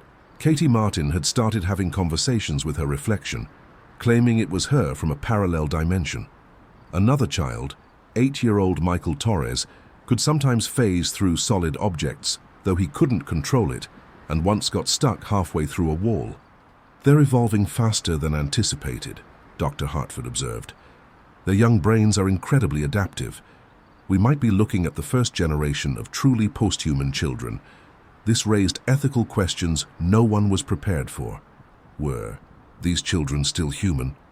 Did their parents have the right to suppress their abilities? What happened when they grew up and had children of their own? Rebecca found herself at the center of these debates. The detective who'd become an accidental architect of human evolution, the weight of responsibility was crushing. Every decision could affect the future of the species. One night, exhausted and overwhelmed, she sat in her office staring at the original missing persons report that had started everything. 14 children. One bus driver vanished and returned. Such a simple beginning to something so complex. Daniel found her there at 300 a.m., still awake, surrounded by reports and theories and government documents. "You can't carry this alone," he said, sitting across from her. "Someone has to. I'm the one it trusts. I'm the one who made the deal." "The entity isn't the only one who trusts you," Daniel pointed out. "The town, the children, even Brooks, they all look to you. But you're changing too much too fast. When's the last time you ate, slept, had a conversation that wasn't about dimensional consciousness or evolutionary pressure?" He was right. In trying to bridge two worlds, Rebecca was losing herself in the space between them. "I don't know how to stop," she admitted. "Every day brings new challenges, new revelations. The entity shows me possible futures, some beautiful, some terrifying. How do I choose which path humanity takes?" "You don't," Daniel said simply. "You do what you've always done: investigate, protect, serve. One case at a time, one person at a time. The future will happen regardless. Your job is to make sure we get there safely." His words grounded her, reminded her that despite everything, she was still Detective Rebecca Lawson of the Whitmore County Sheriff's Department. Her job had expanded beyond anything in her training, but the core remained the same: protect and serve. The next morning brought a new crisis. 3 more school buses had reported strange behavior, drivers claiming to hear voices calling them toward the mountain. But this time, Rebecca recognized it as something different. The entity wasn't calling them. Something else was. Investigation revealed the truth. Thompson and Garrett had found one of the other dimensional weak points Tommy had mentioned. They were trying to contact what they believed was an opposing force, something that could close the portal and save humanity from corruption. What they'd actually found was one of the hostile entities Tommy had warned about. Rebecca assembled her team: Patricia, Dr. Hartford, Agent Brooks, and surprisingly, Tommy Parker himself, whose abilities had grown to the point where he could sense dimensional disturbances. "It's feeding on their fear," Tommy explained, his young face serious beyond his years. "The hostile entities are attracted to negative emotions: fear, anger, hatred. Garrett and Thompson have created a beacon. This was the scenario the mountain entity had been trying to prevent. Unprepared humans accidentally inviting something dangerous into their dimension. Without the mountain's teaching, humanity would be defenseless. "Can the mountain entity help?" Brooks asked. Patricia shook her head. "It's already using most of its energy maintaining the teaching connections. If it diverts power to defense, we lose all the progress we've made. Then we handle it ourselves," Rebecca decided. "This is why we've been learning to deal with exactly this kind of threat." The confrontation took place at an abandoned church, 5 miles from town, where Garrett and Thompson had set up their cleansing ritual. They'd gathered nearly 50 followers, all convinced they were saving humanity. Rebecca entered first. Her consciousness expanded by months. Gradually, the entity faded, unable to maintain coherence against their collective disbelief. The device Thompson had built overloaded and died. The crowd, exhausted by fear and confusion, began to disperse. Garrett fell to his knees, weeping. "What have I done? Oh God, what have I done?" Rebecca helped him stand. "You were afraid. Fear makes us do terrible things. But now you understand. The mountain entity isn't our enemy. It's trying to prepare us for things like what you just saw." The incident became a turning point.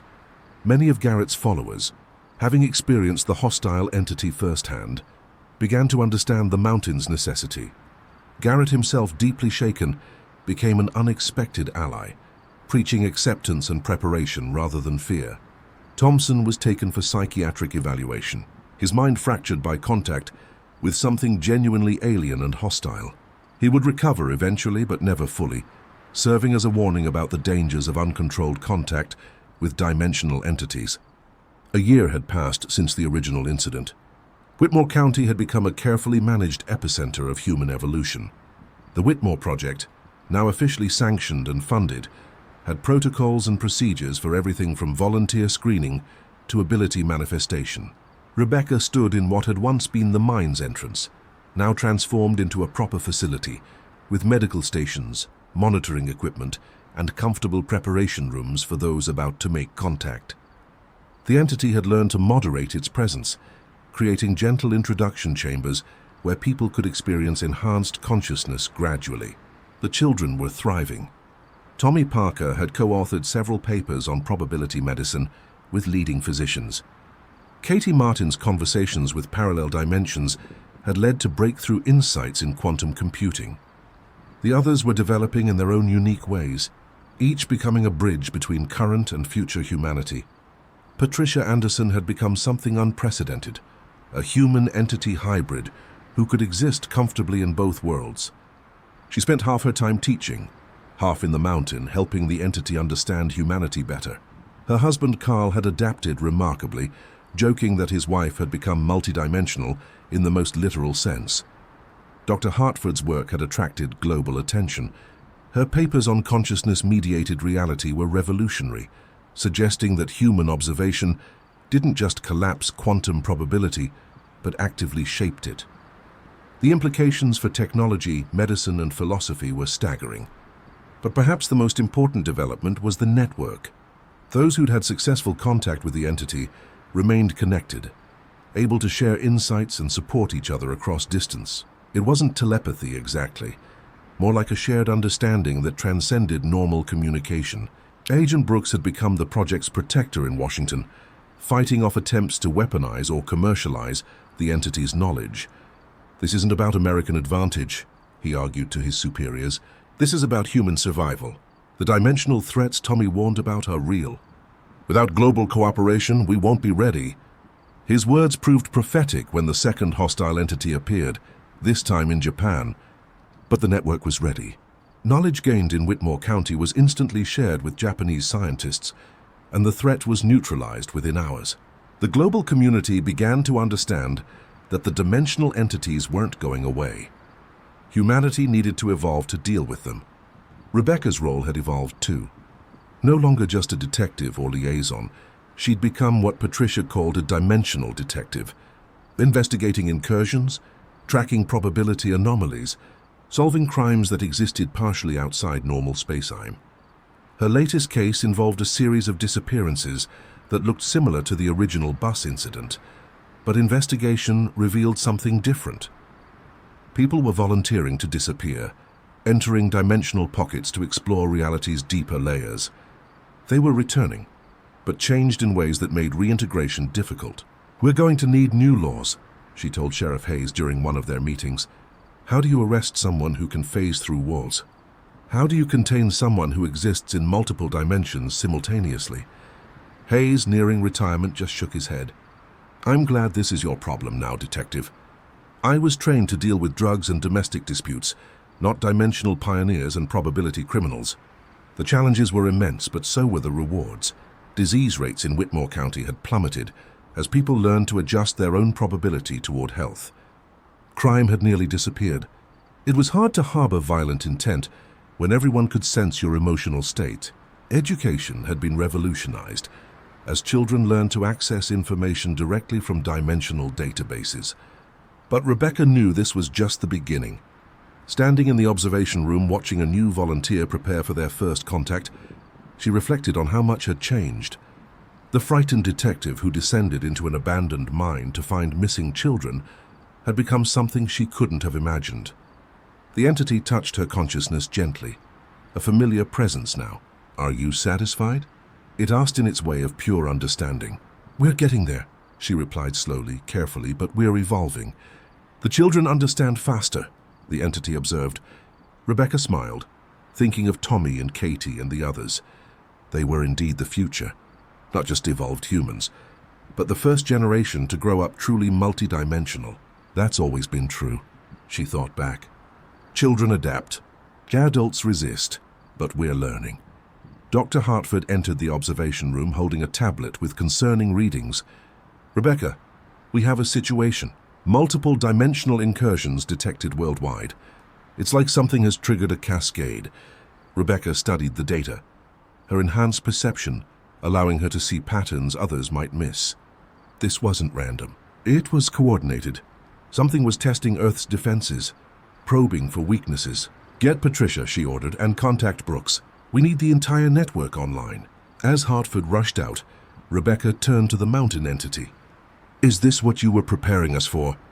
The entity's response was complex, multifaceted.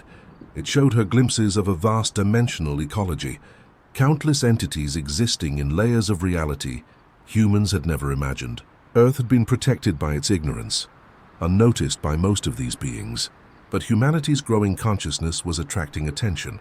"Some are curious," the entity explained. "Some are helpful, like me. But others see you as food or entertainment, or simply as something to be eliminated before you become a threat." "How long do we have?" "By your measurement, perhaps 5 years before the first serious incursion. Maybe less if humanity develops certain technologies without proper understanding. 5 years to prepare humanity for contact with entities that could remake or destroy reality on a whim. 5 years to evolve enough people to create a defensive network. 5 years to transform a species that had spent millennia believing it was alone in the universe." Rebecca straightened her shoulders. She'd started as a small-town detective, investigating missing children.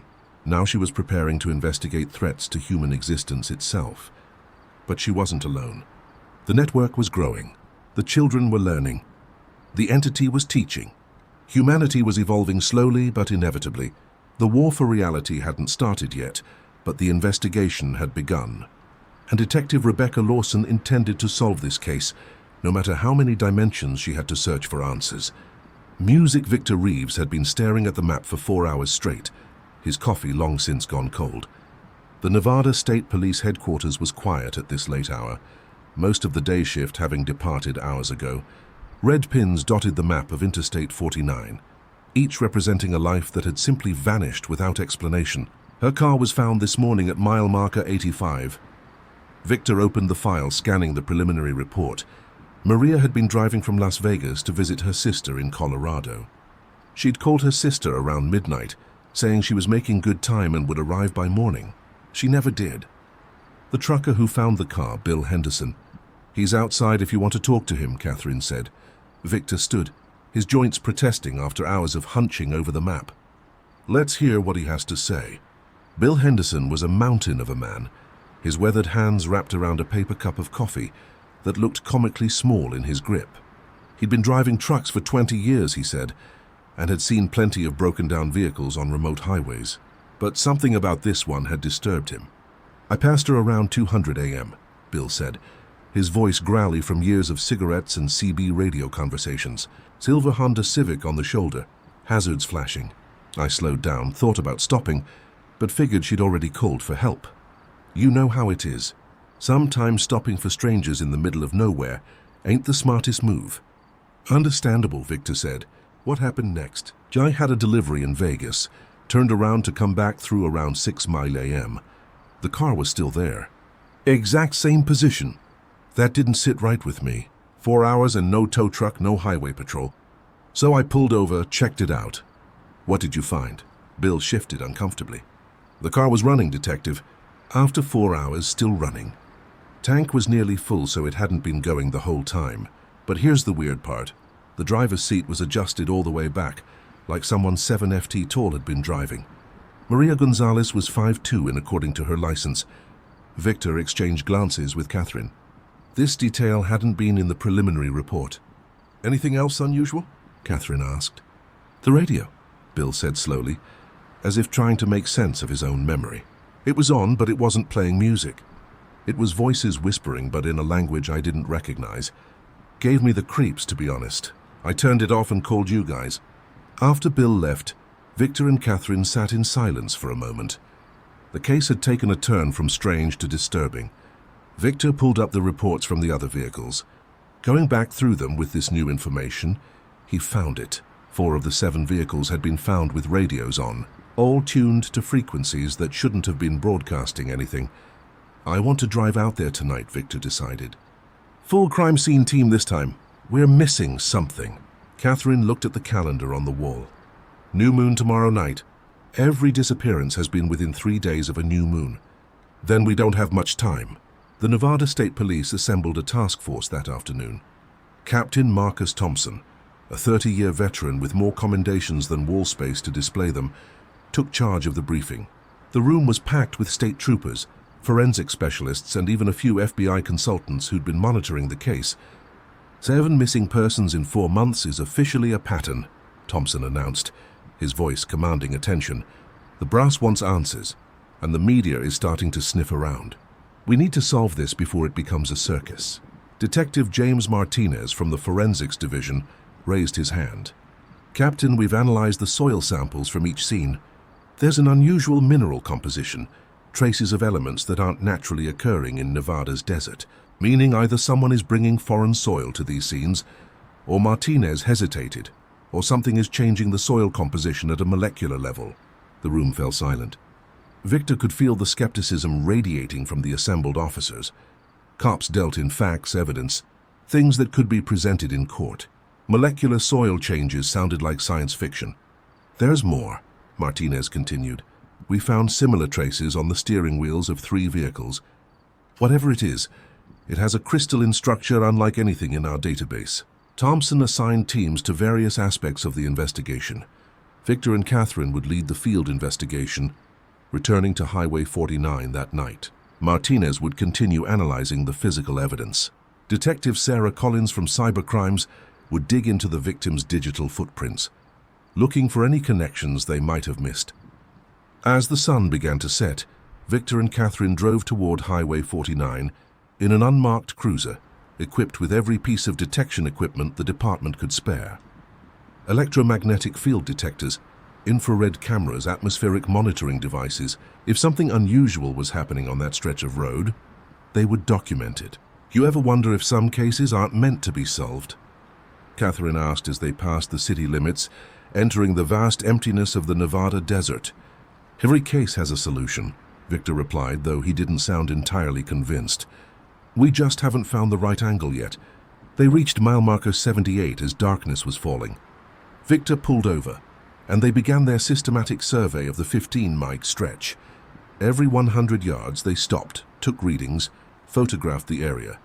The electromagnetic detector remained steady, showing normal background radiation. The infrared showed only the expected heat signatures of small desert animals. At mile marker 85, where Maria Gonzalez's car had been found, Victor noticed something the crime scene team had missed. In the soft shoulder of the road, barely visible, were indentations that looked almost like footprints, but wrong somehow. Too long with what appeared to be 6 toes. "Catherine, look at this." She knelt beside him, shining her flashlight on the marks. Could be animal tracks distorted by wind. "When's the last time you saw a 6-toed coyote with size 15 FT? Before Catherine could respond, their radio crackled to life. But instead of dispatch, they heard something else. Whispers in an unknown language, just as Bill Henderson had described. The sound sent chills down Victor's spine. "Dispatch, this is Unit 7, do you copy?" Catherine said into the radio. The whispers grew louder, and then, cutting through them like a knife, came a voice speaking clear English. "They're not missing, Detective. They're selected." Victor grabbed the radio. "Who is this?" "Identify yourself. Look behind you." They spun around, hands instinctively moving to their weapons. Standing about 30 FT away was an elderly man in worn clothing that seemed to belong to another era. Canvas pants, a faded work shirt, boots that looked handmade. But it was his eyes that made Victor's blood run cold. They reflected their flashlight beams like a cat's, glowing with an unnatural golden light. "Sir, I need you to identify yourself," Victor said, keeping his voice steady despite his racing heart. The old man smiled, revealing teeth that were far too sharp and numerous for any human mouth. "Names are for those who belong to this world, Detective. I'm more of a messenger." "A messenger from whom?" "From those who've been using this highway much longer than your kind. You build your roads over ancient paths, never asking permission, never understanding what you're disturbing." Catherine had her hand on her weapon, but hadn't drawn it. "Are you saying you know what happened to the missing people?" "Missing?" The old man laughed, a sound like grinding glass. "They're not missing. They've been recruited, chosen for a greater purpose. The highway needs servants, and it's been selecting them carefully." "The highway?" Victor took a step forward. "You're saying the road itself is taking people, not the asphalt you laid down. The real highway, the one that exists between spaces, between dimensions. Your missing people stumbled onto points where the veil is thin, where our highway touches yours." Before Victor could respond, his radio exploded with sound. Multiple voices, all speaking at once, some in English, others in languages he didn't recognize. Through the cacophony, he heard names: Robert Taylor, Jennifer Adams, and others from his missing persons files. The old man's form began to shimmer, becoming translucent. "They want you to know they're alive, Detective. More than alive. They're eternal now, traveling roads you can't imagine. But the highway is hungry. It needs more. And tomorrow night, when the moon is dark, it will feed again." "Wait," Victor shouted, but the old man vanished like smoke in the wind. The radio fell silent. Their equipment, which had shown nothing, "Get more resources out here." But as they turned toward their vehicle, they froze. Standing in the road ahead were figures, 7 of them, each matching the description of their missing persons. They stood perfectly still, not breathing, not blinking, just staring with eyes that reflected the starlight. Maria Gonzalez was in front, still wearing the same clothes described in the missing persons report, but something was different. Her skin seemed to shimmer, as if she existed in multiple dimensions at once. "Detective Reeves," she said, but her voice was layered, echoing with harmonics that shouldn't come from human vocal cords. "We need you to understand. We're not victims. We're pioneers. Maria, your children are looking for you. They need their mother. They have their mother. I'm more now than I ever was. I can see all possible futures, all potential presents. In one timeline, I never left. In another, I took them with me. All these realities exist simultaneously, and we travel between them on the highway." Robert Taylor stepped forward. "Detective, you're investigating the wrong crime. We weren't taken. We were invited, and we accepted." "Invited by what?" Victor demanded. "By something that's been here since before humans walked upright," Jennifer Adams said, her travel blogger's instinct apparently intact even in this transformed state. "It feeds on consciousness, on experience. In exchange, it gives us immortality, the ability to traverse infinite realities." The figures began walking toward them slowly, their movements synchronized like a dance. Victor and Catherine backed toward their car, but the engine wouldn't start. All the electronics were dead. "Don't run," Maria said. "It doesn't want to force you. It prefers volunteers, but you've seen too much now. You're part of the pattern." A sound filled the air, not quite music, not quite voice, but something that resonated in Victor's bones. The asphalt beneath their feet began to crack, and through the fissures came a light that hurt to perceive, a color that didn't exist in normal space.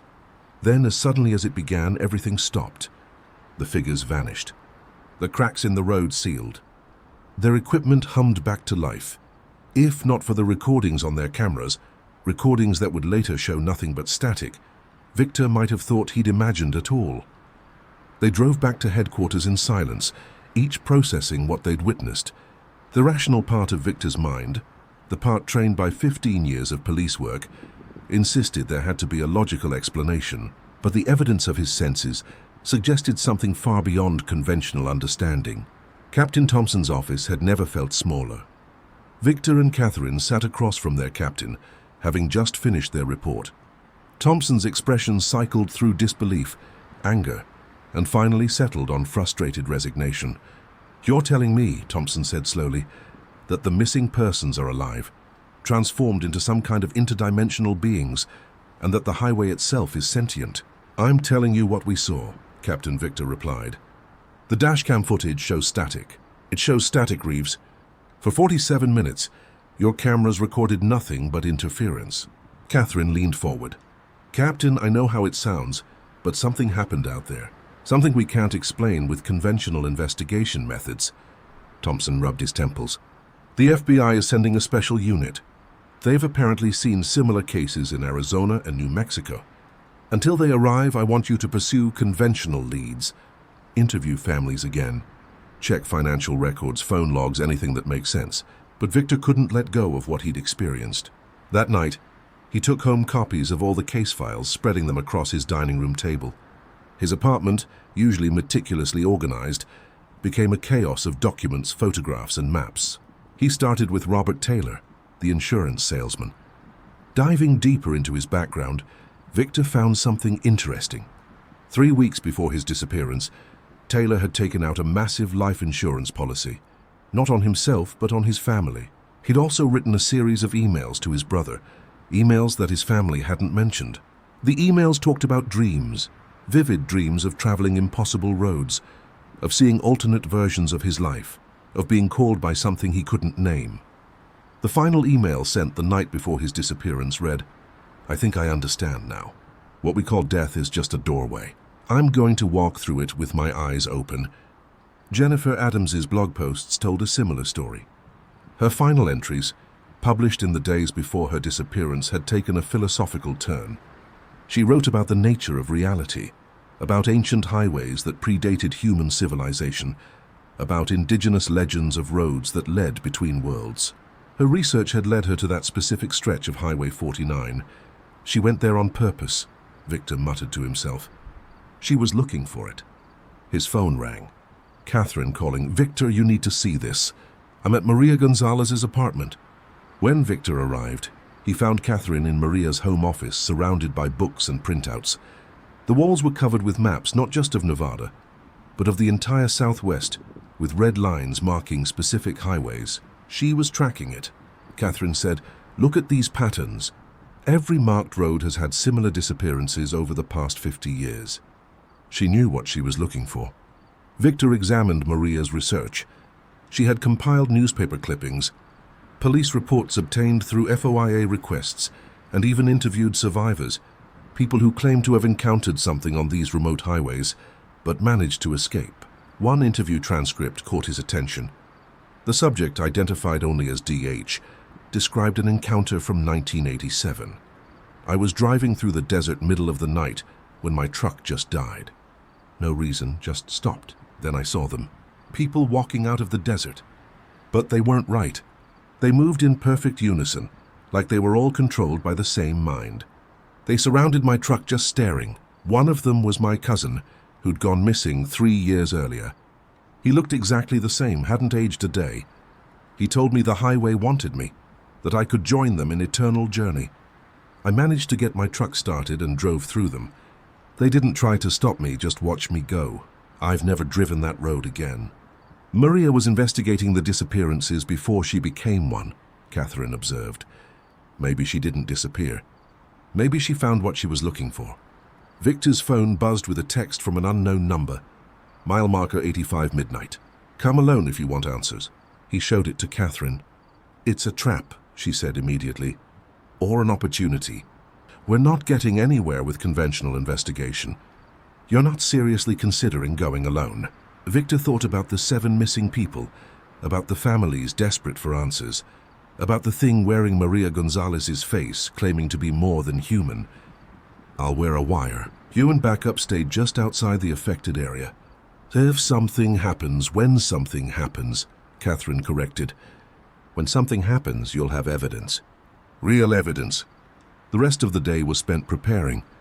The tech department outfitted Victor with the latest surveillance equipment, cameras that uploaded to the cloud in real time, GPS trackers, even an experimental device that supposedly could detect dimensional anomalies on loan from a Defense Department project no one was supposed to know about. Detective Martinez approached them with new findings. "Remember those soil samples? I had a friend at the university run them through their equipment. The crystalline structures contain elements that don't exist on the periodic table. They're theoretically possible, sometimes new, sometimes worn, sometimes not there at all." His face was Robert's, but behind his eyes was an intelligence that felt vast and alien. "Hello, Detective," Robert said, his voice carrying harmonics that resonated in Victor's chest. "Thank you for coming. We have much to discuss. Where are the others? The missing people." Missing is a limited concept. We're everywhere and nowhere. Would you like to see? Before Victor could respond, Robert touched his shoulder and reality fractured. Suddenly, Victor could perceive multiple dimensions simultaneously. He saw Highway 49 not as a single road, but as thousands of parallel versions, each slightly different. In some, the road was new, in others ancient. In some, it didn't exist at all, and traveling between these infinite highways were the missing people, along with hundreds, thousands of others. "The highway has existed since consciousness began," Robert explained, his voice coming from everywhere at once. "It's a neural network spanning dimensions, feeding on experience, on thought, on the electricity of awareness. Your ancestors knew it, built their paths along its roots, made offerings to it." "Offerings? You mean sacrifices, willing participants, those who sought at transcendence beyond physical limitations. But your modern world forgot the bargains, built your roads without permission, and so the highway began selecting its own participants." Victor saw Maria Gonzalez teaching infinite versions of her children in infinite realities. Jennifer Adams documenting wonders beyond human imagination. They weren't suffering. They were exploring existence in ways impossible for purely physical beings. But their families, Victor protested, they're grieving, are they? Or are they grieving the loss of their limited understanding? Every person you call missing still exists, just in an expanded state. They can even visit their loved ones in dreams in moments of parallel existence. The vision ended, and Victor found himself back on the highway gasping. Robert Taylor was gone, but in his place was a card, not paper, but something that seemed to be made of crystallized light. Words appeared on it as he watched. The selection continues. Those who seek truth will find the highway. Those who fear it will drive past unknowing. You have a choice, detective. Investigate and become part of the truth, or forget and remain in comfortable ignorance. Victor's wire had recorded everything, but when he reviewed the footage later, all it showed was him standing alone on an empty highway talking to air. The only evidence was the card, which the lab couldn't identify. It seemed to be made of matter that shouldn't exist in three-dimensional space. The FBI Special Unit arrived 3 days later, led by Special Agent Diana Foster, a woman whose reputation preceded her. She specialized in what the Bureau classified as anomalous events, cases that defied conventional explanation. Her team included physicists, psychologists, and even a few individuals whose credentials were notably absent from their files. "Detective Reeves," Foster said during their first meeting, "I've reviewed your reports. What you've encountered here matches patterns we've seen across 7 states. We're not dealing with isolated incidents." She pulled up a map of the United States, dotted with red markers. "Every one of these represents a cluster of disappearances similar to yours. Remote highways, new moon nights, people vanishing without trace. But there's something else." The map transformed, showing the same locations in different time periods. These disappearance zones have existed for centuries. Native American oral histories mention them. Spanish colonizers wrote about cursed paths. Pioneer journals describe roads where people would enter and never emerge. Dr. Nathan Cross, an anthropologist on Foster's team, added his expertise. I've studied the indigenous histories of this region. The Shoshone and Pute peoples had names for these places, roughly translated as roads between breathing. They believed certain paths existed simultaneously in multiple worlds. Victor shared his experience from 3 nights prior, including the impossible card he'd been given. Foster examined it with instruments Victor didn't recognize. Quantum signature confirms it. One of Foster's physicists announced this object exists in at least 7 dimensions simultaneously. It's essentially a key that opens doors between parallel realities. Catherine, who had been quietly researching, made a discovery. I've been tracking backwards. These disappearances, they follow a pattern that predates modern highways. The routes align with prehistoric migration paths, trade routes from ancient civilizations. It's like something has been using these paths for millennia, and we just paved over them. Foster's team set up a command center in an abandoned motel near Highway 49. Equipment that looked like it belonged in a science fiction movie was installed. Quantum field detectors, dimensional resonance scanners, devices that could supposedly measure consciousness itself. On the second night of their operation, they detected something. At 2:17 a.m., their instruments went haywire. A massive energy surge emanated from mile marker 85, and then on their monitors they saw them. Not 7 missing people, but hundreds all walking along Highway 49 in perfect formation. Thermal imaging shows they're giving off no heat, a technician reported, but electromagnetic sensors are picking up massive neural activity. It's like we're seeing consciousness without bodies. Foster made a decision. We're going to make contact. Full team, full documentation. If this thing feeds on consciousness, then let's give it something to think about. The operation was planned meticulously. 12 agents, including Victor and Catherine, would approach mile marker 85 at the next new moon, 5 days away. They would be equipped with quantum anchors, devices that supposedly prevented dimensional drift, consciousness shields, experimental technology that theoretically protected against psychic intrusion, and enough conventional firepower to level a city block. Though everyone knew conventional weapons would be useless, during the preparation period, Victor couldn't shake the feeling of being watched. He would catch glimpses of figures in his peripheral vision. People who shouldn't be there, who couldn't be there. Once he saw his father dead 10 years standing at a bus stop. Another time, Maria Gonzalez was in the grocery store examining apples with the same careful attention she'd probably used with her children's homework. Catherine experienced similar phenomena. They're observing us, she told Victor. Learning our patterns, our connections. I think they're preparing for something. 3 days before the operation, Victor received another text. You're approaching this wrong. You cannot fight the highway. You can only understand it. Meet me tonight, old Mockingbird mine. Come alone or don't come at all. The Mockingbird mine had been abandoned for 50 years, a relic of Nevada's mining boom. Victor knew he should inform Foster should bring backup. But something about the message felt different. Less threatening, more desperate. He arrived at the mine at sunset, his weapon ready but knowing it would be useless against whatever he might encounter. The mine entrance yawned like a mouth in the mountainside. Darkness so complete it seemed solid. Thank you for coming, Detective. Victor spun around.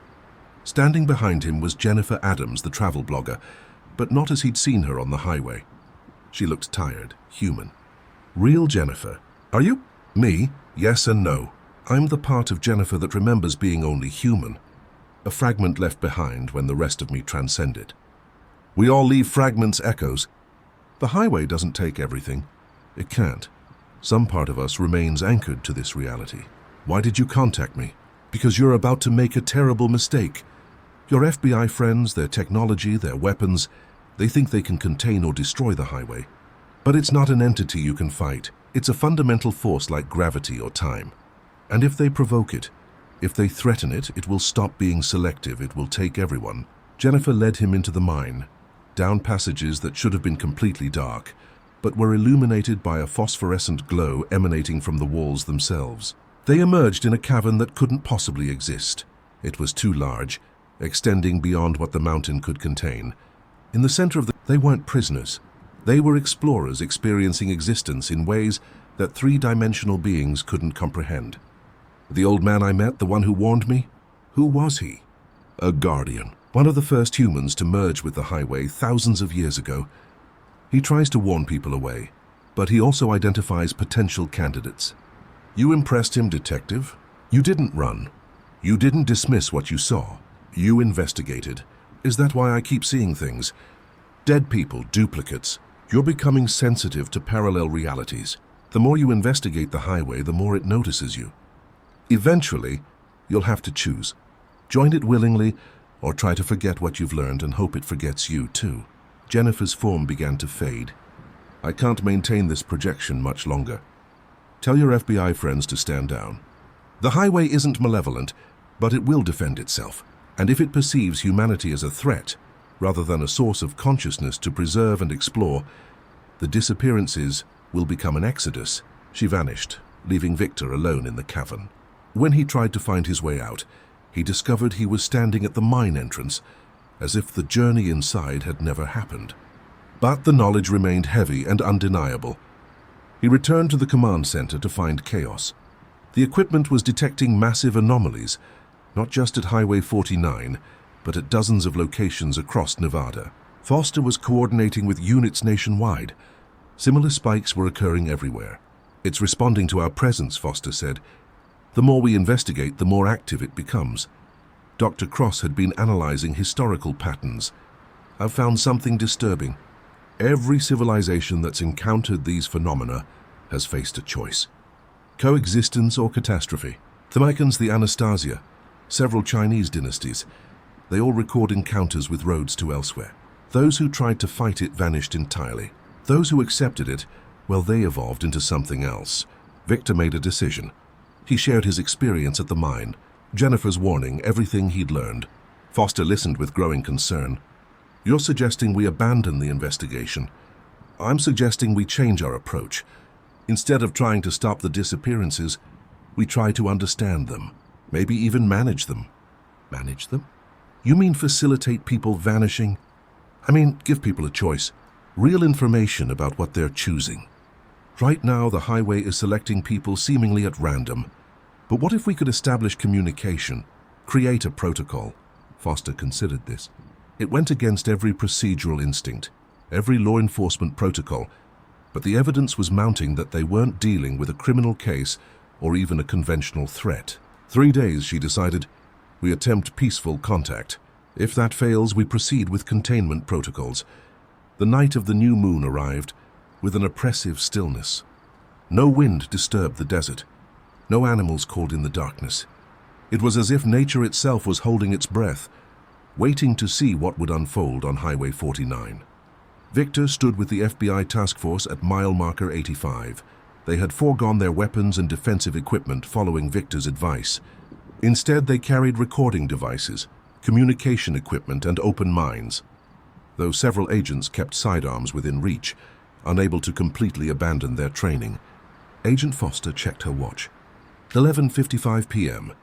Remember, we're not here to confront or contain. We're here to communicate and understand. Dr. Cross was monitoring instruments that measured quantum fluctuations. Energy levels are rising. Something's coming. At exactly midnight, reality rippled. The asphalt of Highway 49 began to glow with that impossible light Victor had seen before. Cracks appeared in the air itself, like fractures in glass revealing glimpses of other realities beyond. Then they emerged, not just the 7 missing people from Victor's cases, but dozens, perhaps hundreds of figures. They walked out of the desert, out of the air, out of dimensions that shouldn't exist. Some wore modern clothes, others dressed in fashions from decades past, and a few in garments that seemed to belong to no earthly culture. At their head was Maria Gonzalez, but transformed. She moved with liquid grace, her form sometimes solid, sometimes translucent, always radiating an otherworldly presence. "Detective Reeves," she said, her voice carrying across the distance without growing louder. "Agent Foster, Dr. Cross, we welcome you to the Convergence." Foster stepped forward. "We're here to understand, to learn. Can you help us?" Maria smiled, and in that smile was both the mother of 2 from Las Vegas and something infinitely older and more complex. "Understanding requires experience. Are you prepared for that?" Before anyone could answer, the world shifted. Suddenly, each member of the task force was experiencing reality from multiple perspectives simultaneously. Victor saw himself standing on the highway, but also saw himself from above, from below, from dimensions where the highway didn't exist, where he had never become a detective, where humanity had never evolved. It was overwhelming, disorienting, and absolutely magnificent. "This is how we exist now," Robert Taylor's voice explained, though Victor couldn't see him. "Every moment, every possibility, every choice that could be made, we experience them all." "But how do you maintain identity?" Dr. Cross asked, his scientific mind grappling with the implications. "How do you remain you across infinite variations?" Jennifer Adams materialized beside him. "We don't, not in the way you understand identity. We become something larger, a consciousness that encompasses all possible versions of ourselves.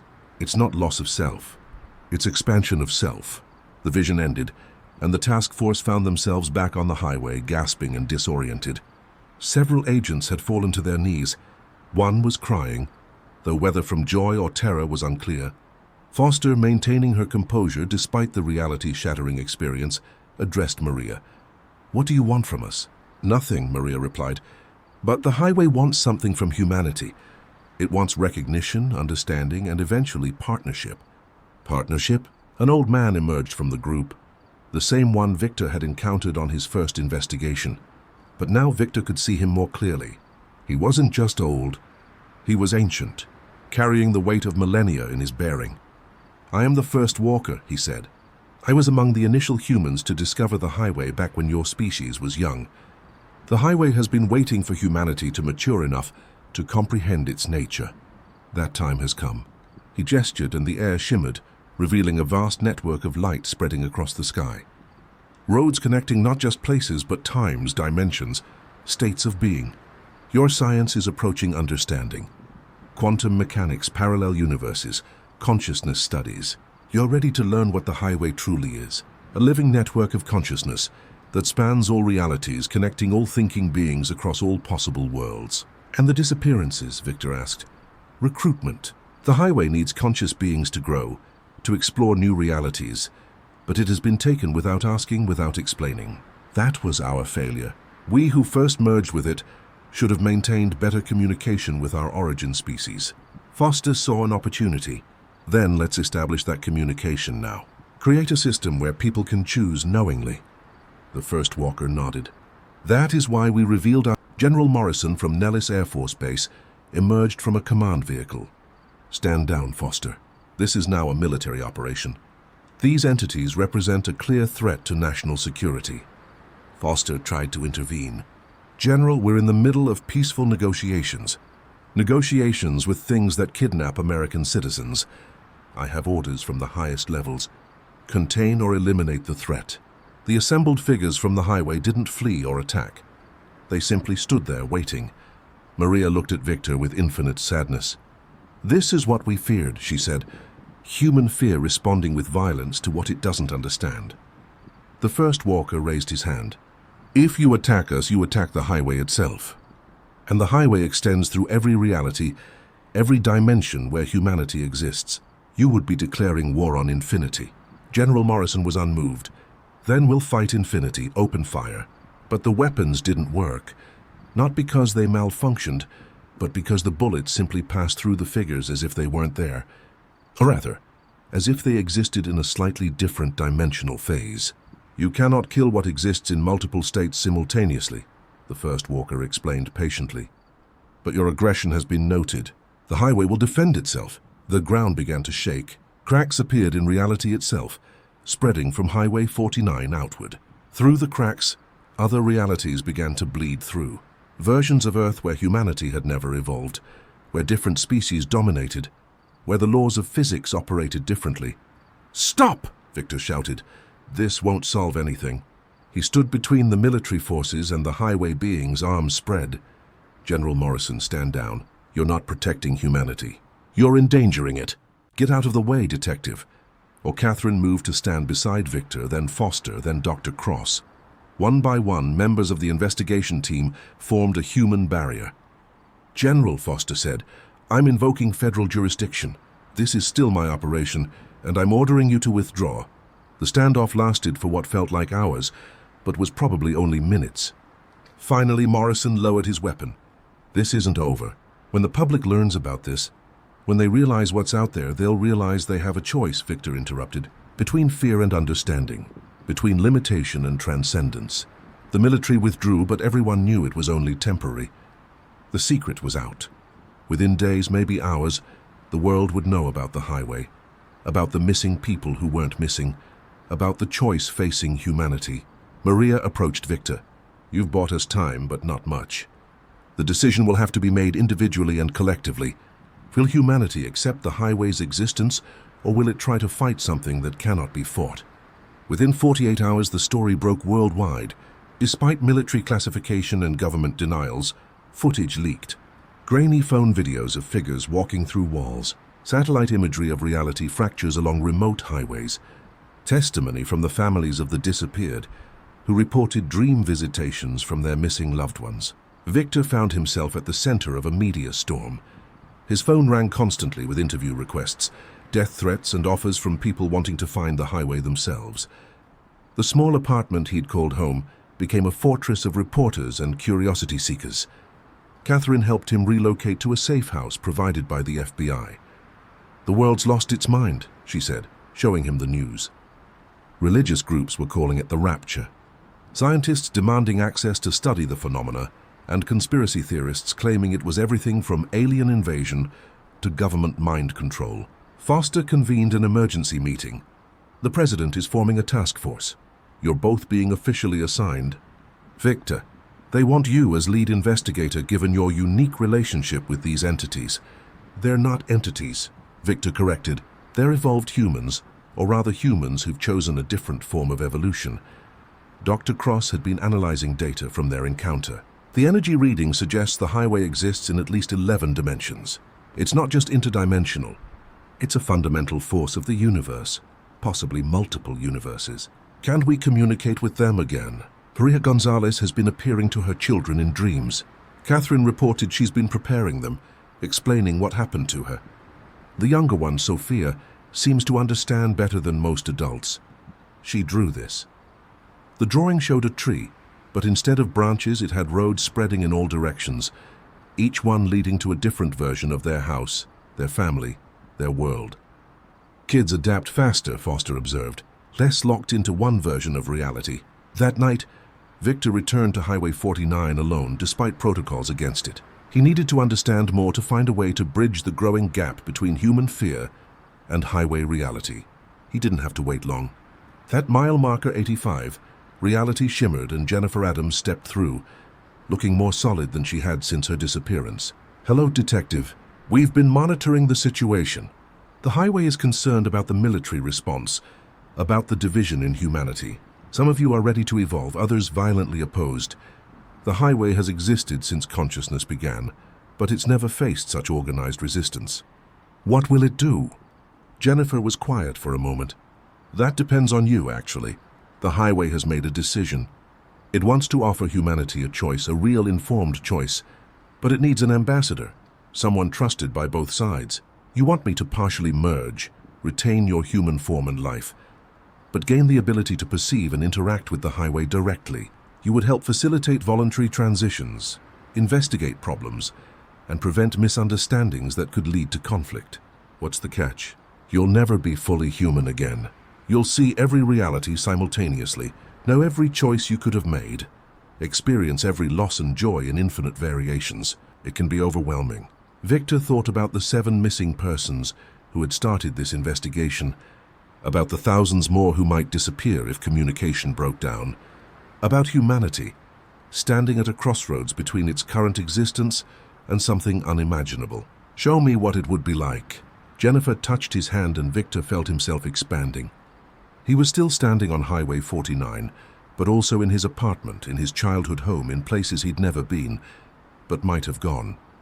He saw Catherine in timelines where they'd become partners in more than work, saw himself in realities where he'd never become a detective, where his father hadn't died, where humanity had discovered the highway centuries ago. It was beautiful and terrible, infinite and intimate. He understood why people might choose this expansion and why others would fear it absolutely. I'll do it, he said when the vision ended, but with conditions. The highway must respect human autonomy. No more involuntary selections, clear communication about what the choice means, and protection for those who choose to remain unchanged. The highway agrees. The ritual will occur at the next convergence point. 3 days hence. Prepare yourself, detective. You're about to become something unprecedented. The 3 days passed in a blur of preparation. Foster arranged for official recognition of Victor's new role, Special Liaison for Dimensional Affairs, a title that meant nothing. Humanity stands at a threshold. The highway offers transcendence, but does not demand it. Those who wish to expand their consciousness, to explore infinite realities, to evolve beyond physical limitations, the path is open. Those who wish to remain in singular existence, that choice is equally valid. He turned to Victor. Detective Reeves has volunteered to bridge our worlds. Through him, communication will flow. Through him, those who seek the highway will find it safely.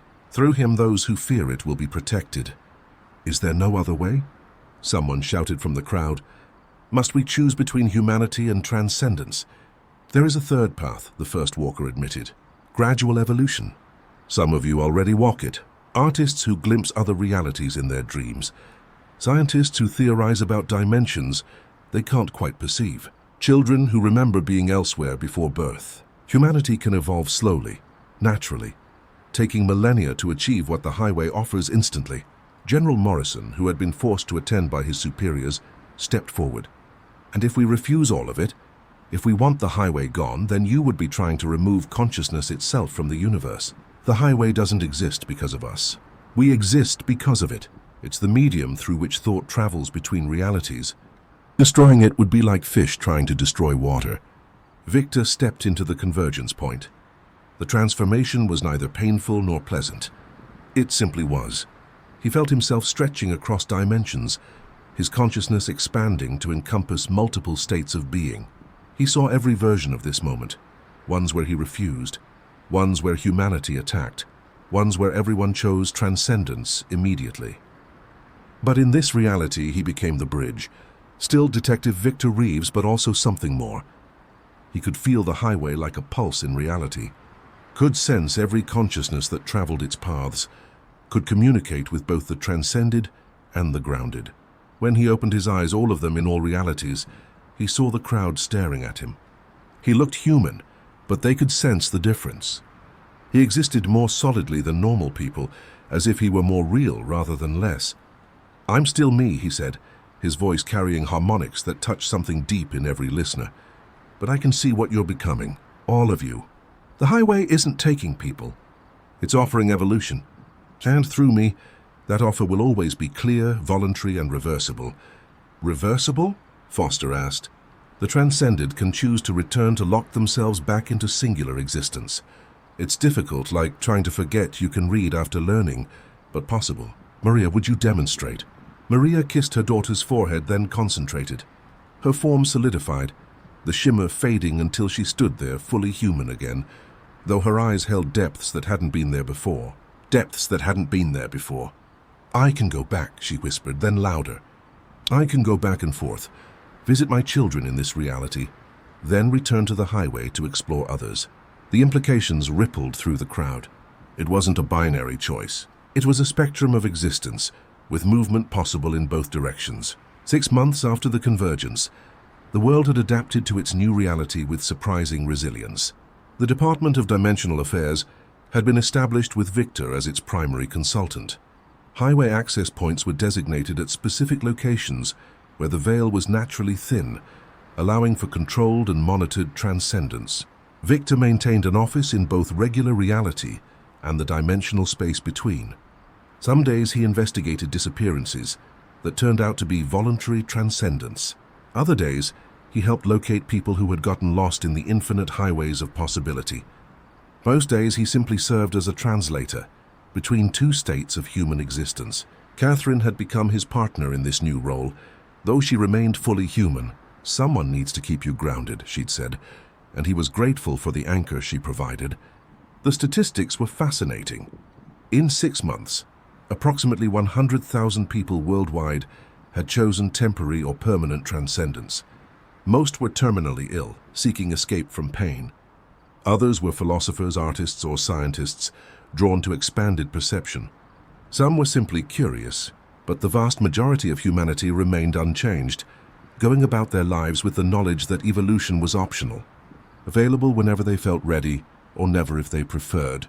Maria Gonzalez had become a celebrity of sorts, the first person to publicly demonstrate the ability to move between states. She spent weekdays with her children in Las Vegas, weekends exploring infinite realities. Her blog, Parenting Across Dimensions, had millions of followers. Robert Taylor had chosen to remain transcended, but sent messages through Victor to his family. He existed now as a kind of insurance adjuster for reality itself, helping solve problems that spanned multiple dimensions. Jennifer Adams had found her ultimate story, documenting the infinite variations of human experience across all possible realities. Her reports channeled through Victor had revolutionized philosophy, physics, and psychology. The 5 other original missing persons from Highway 49 had made various choices. 2 returned to fully human existence, 2 remained transcended, and 1 chose to flux between states as needed. New protocols were established. Anyone seeking transcendence had to undergo counseling, ensure their affairs were in order, and demonstrate understanding of what they were choosing. The minimum age was set at 25 when brain development was complete, though exceptions were made for terminal cases. Opposition remained. Religious groups debated whether transcendence was salvation or damnation. Scientists argued about the implications for human evolution. Governments worried about losing citizens to dimensional expatriation, but life continued. The highways that had once been forgotten were now remembered, respected, and integrated into human understanding. Children grew up knowing that reality was far more flexible than their grandparents had believed. Universities established departments of dimensional studies. Victor stood at mile marker 85 on the anniversary of his first investigation. The desert looked the same, but he could see so much more. The layers of reality, the streams of consciousness flowing along paths invisible to normal perception, the infinite possibilities spreading from every choice. Catherine stood beside him, fully human but unafraid. Any regrets? How can I regret seeing everything I've seen? Knowing what I know, but you're alone in it. No one else bridges both worlds like you do. I'm never alone. I exist in realities where everyone I know has transcended, where no one has, and everything in between. I experience all of it simultaneously.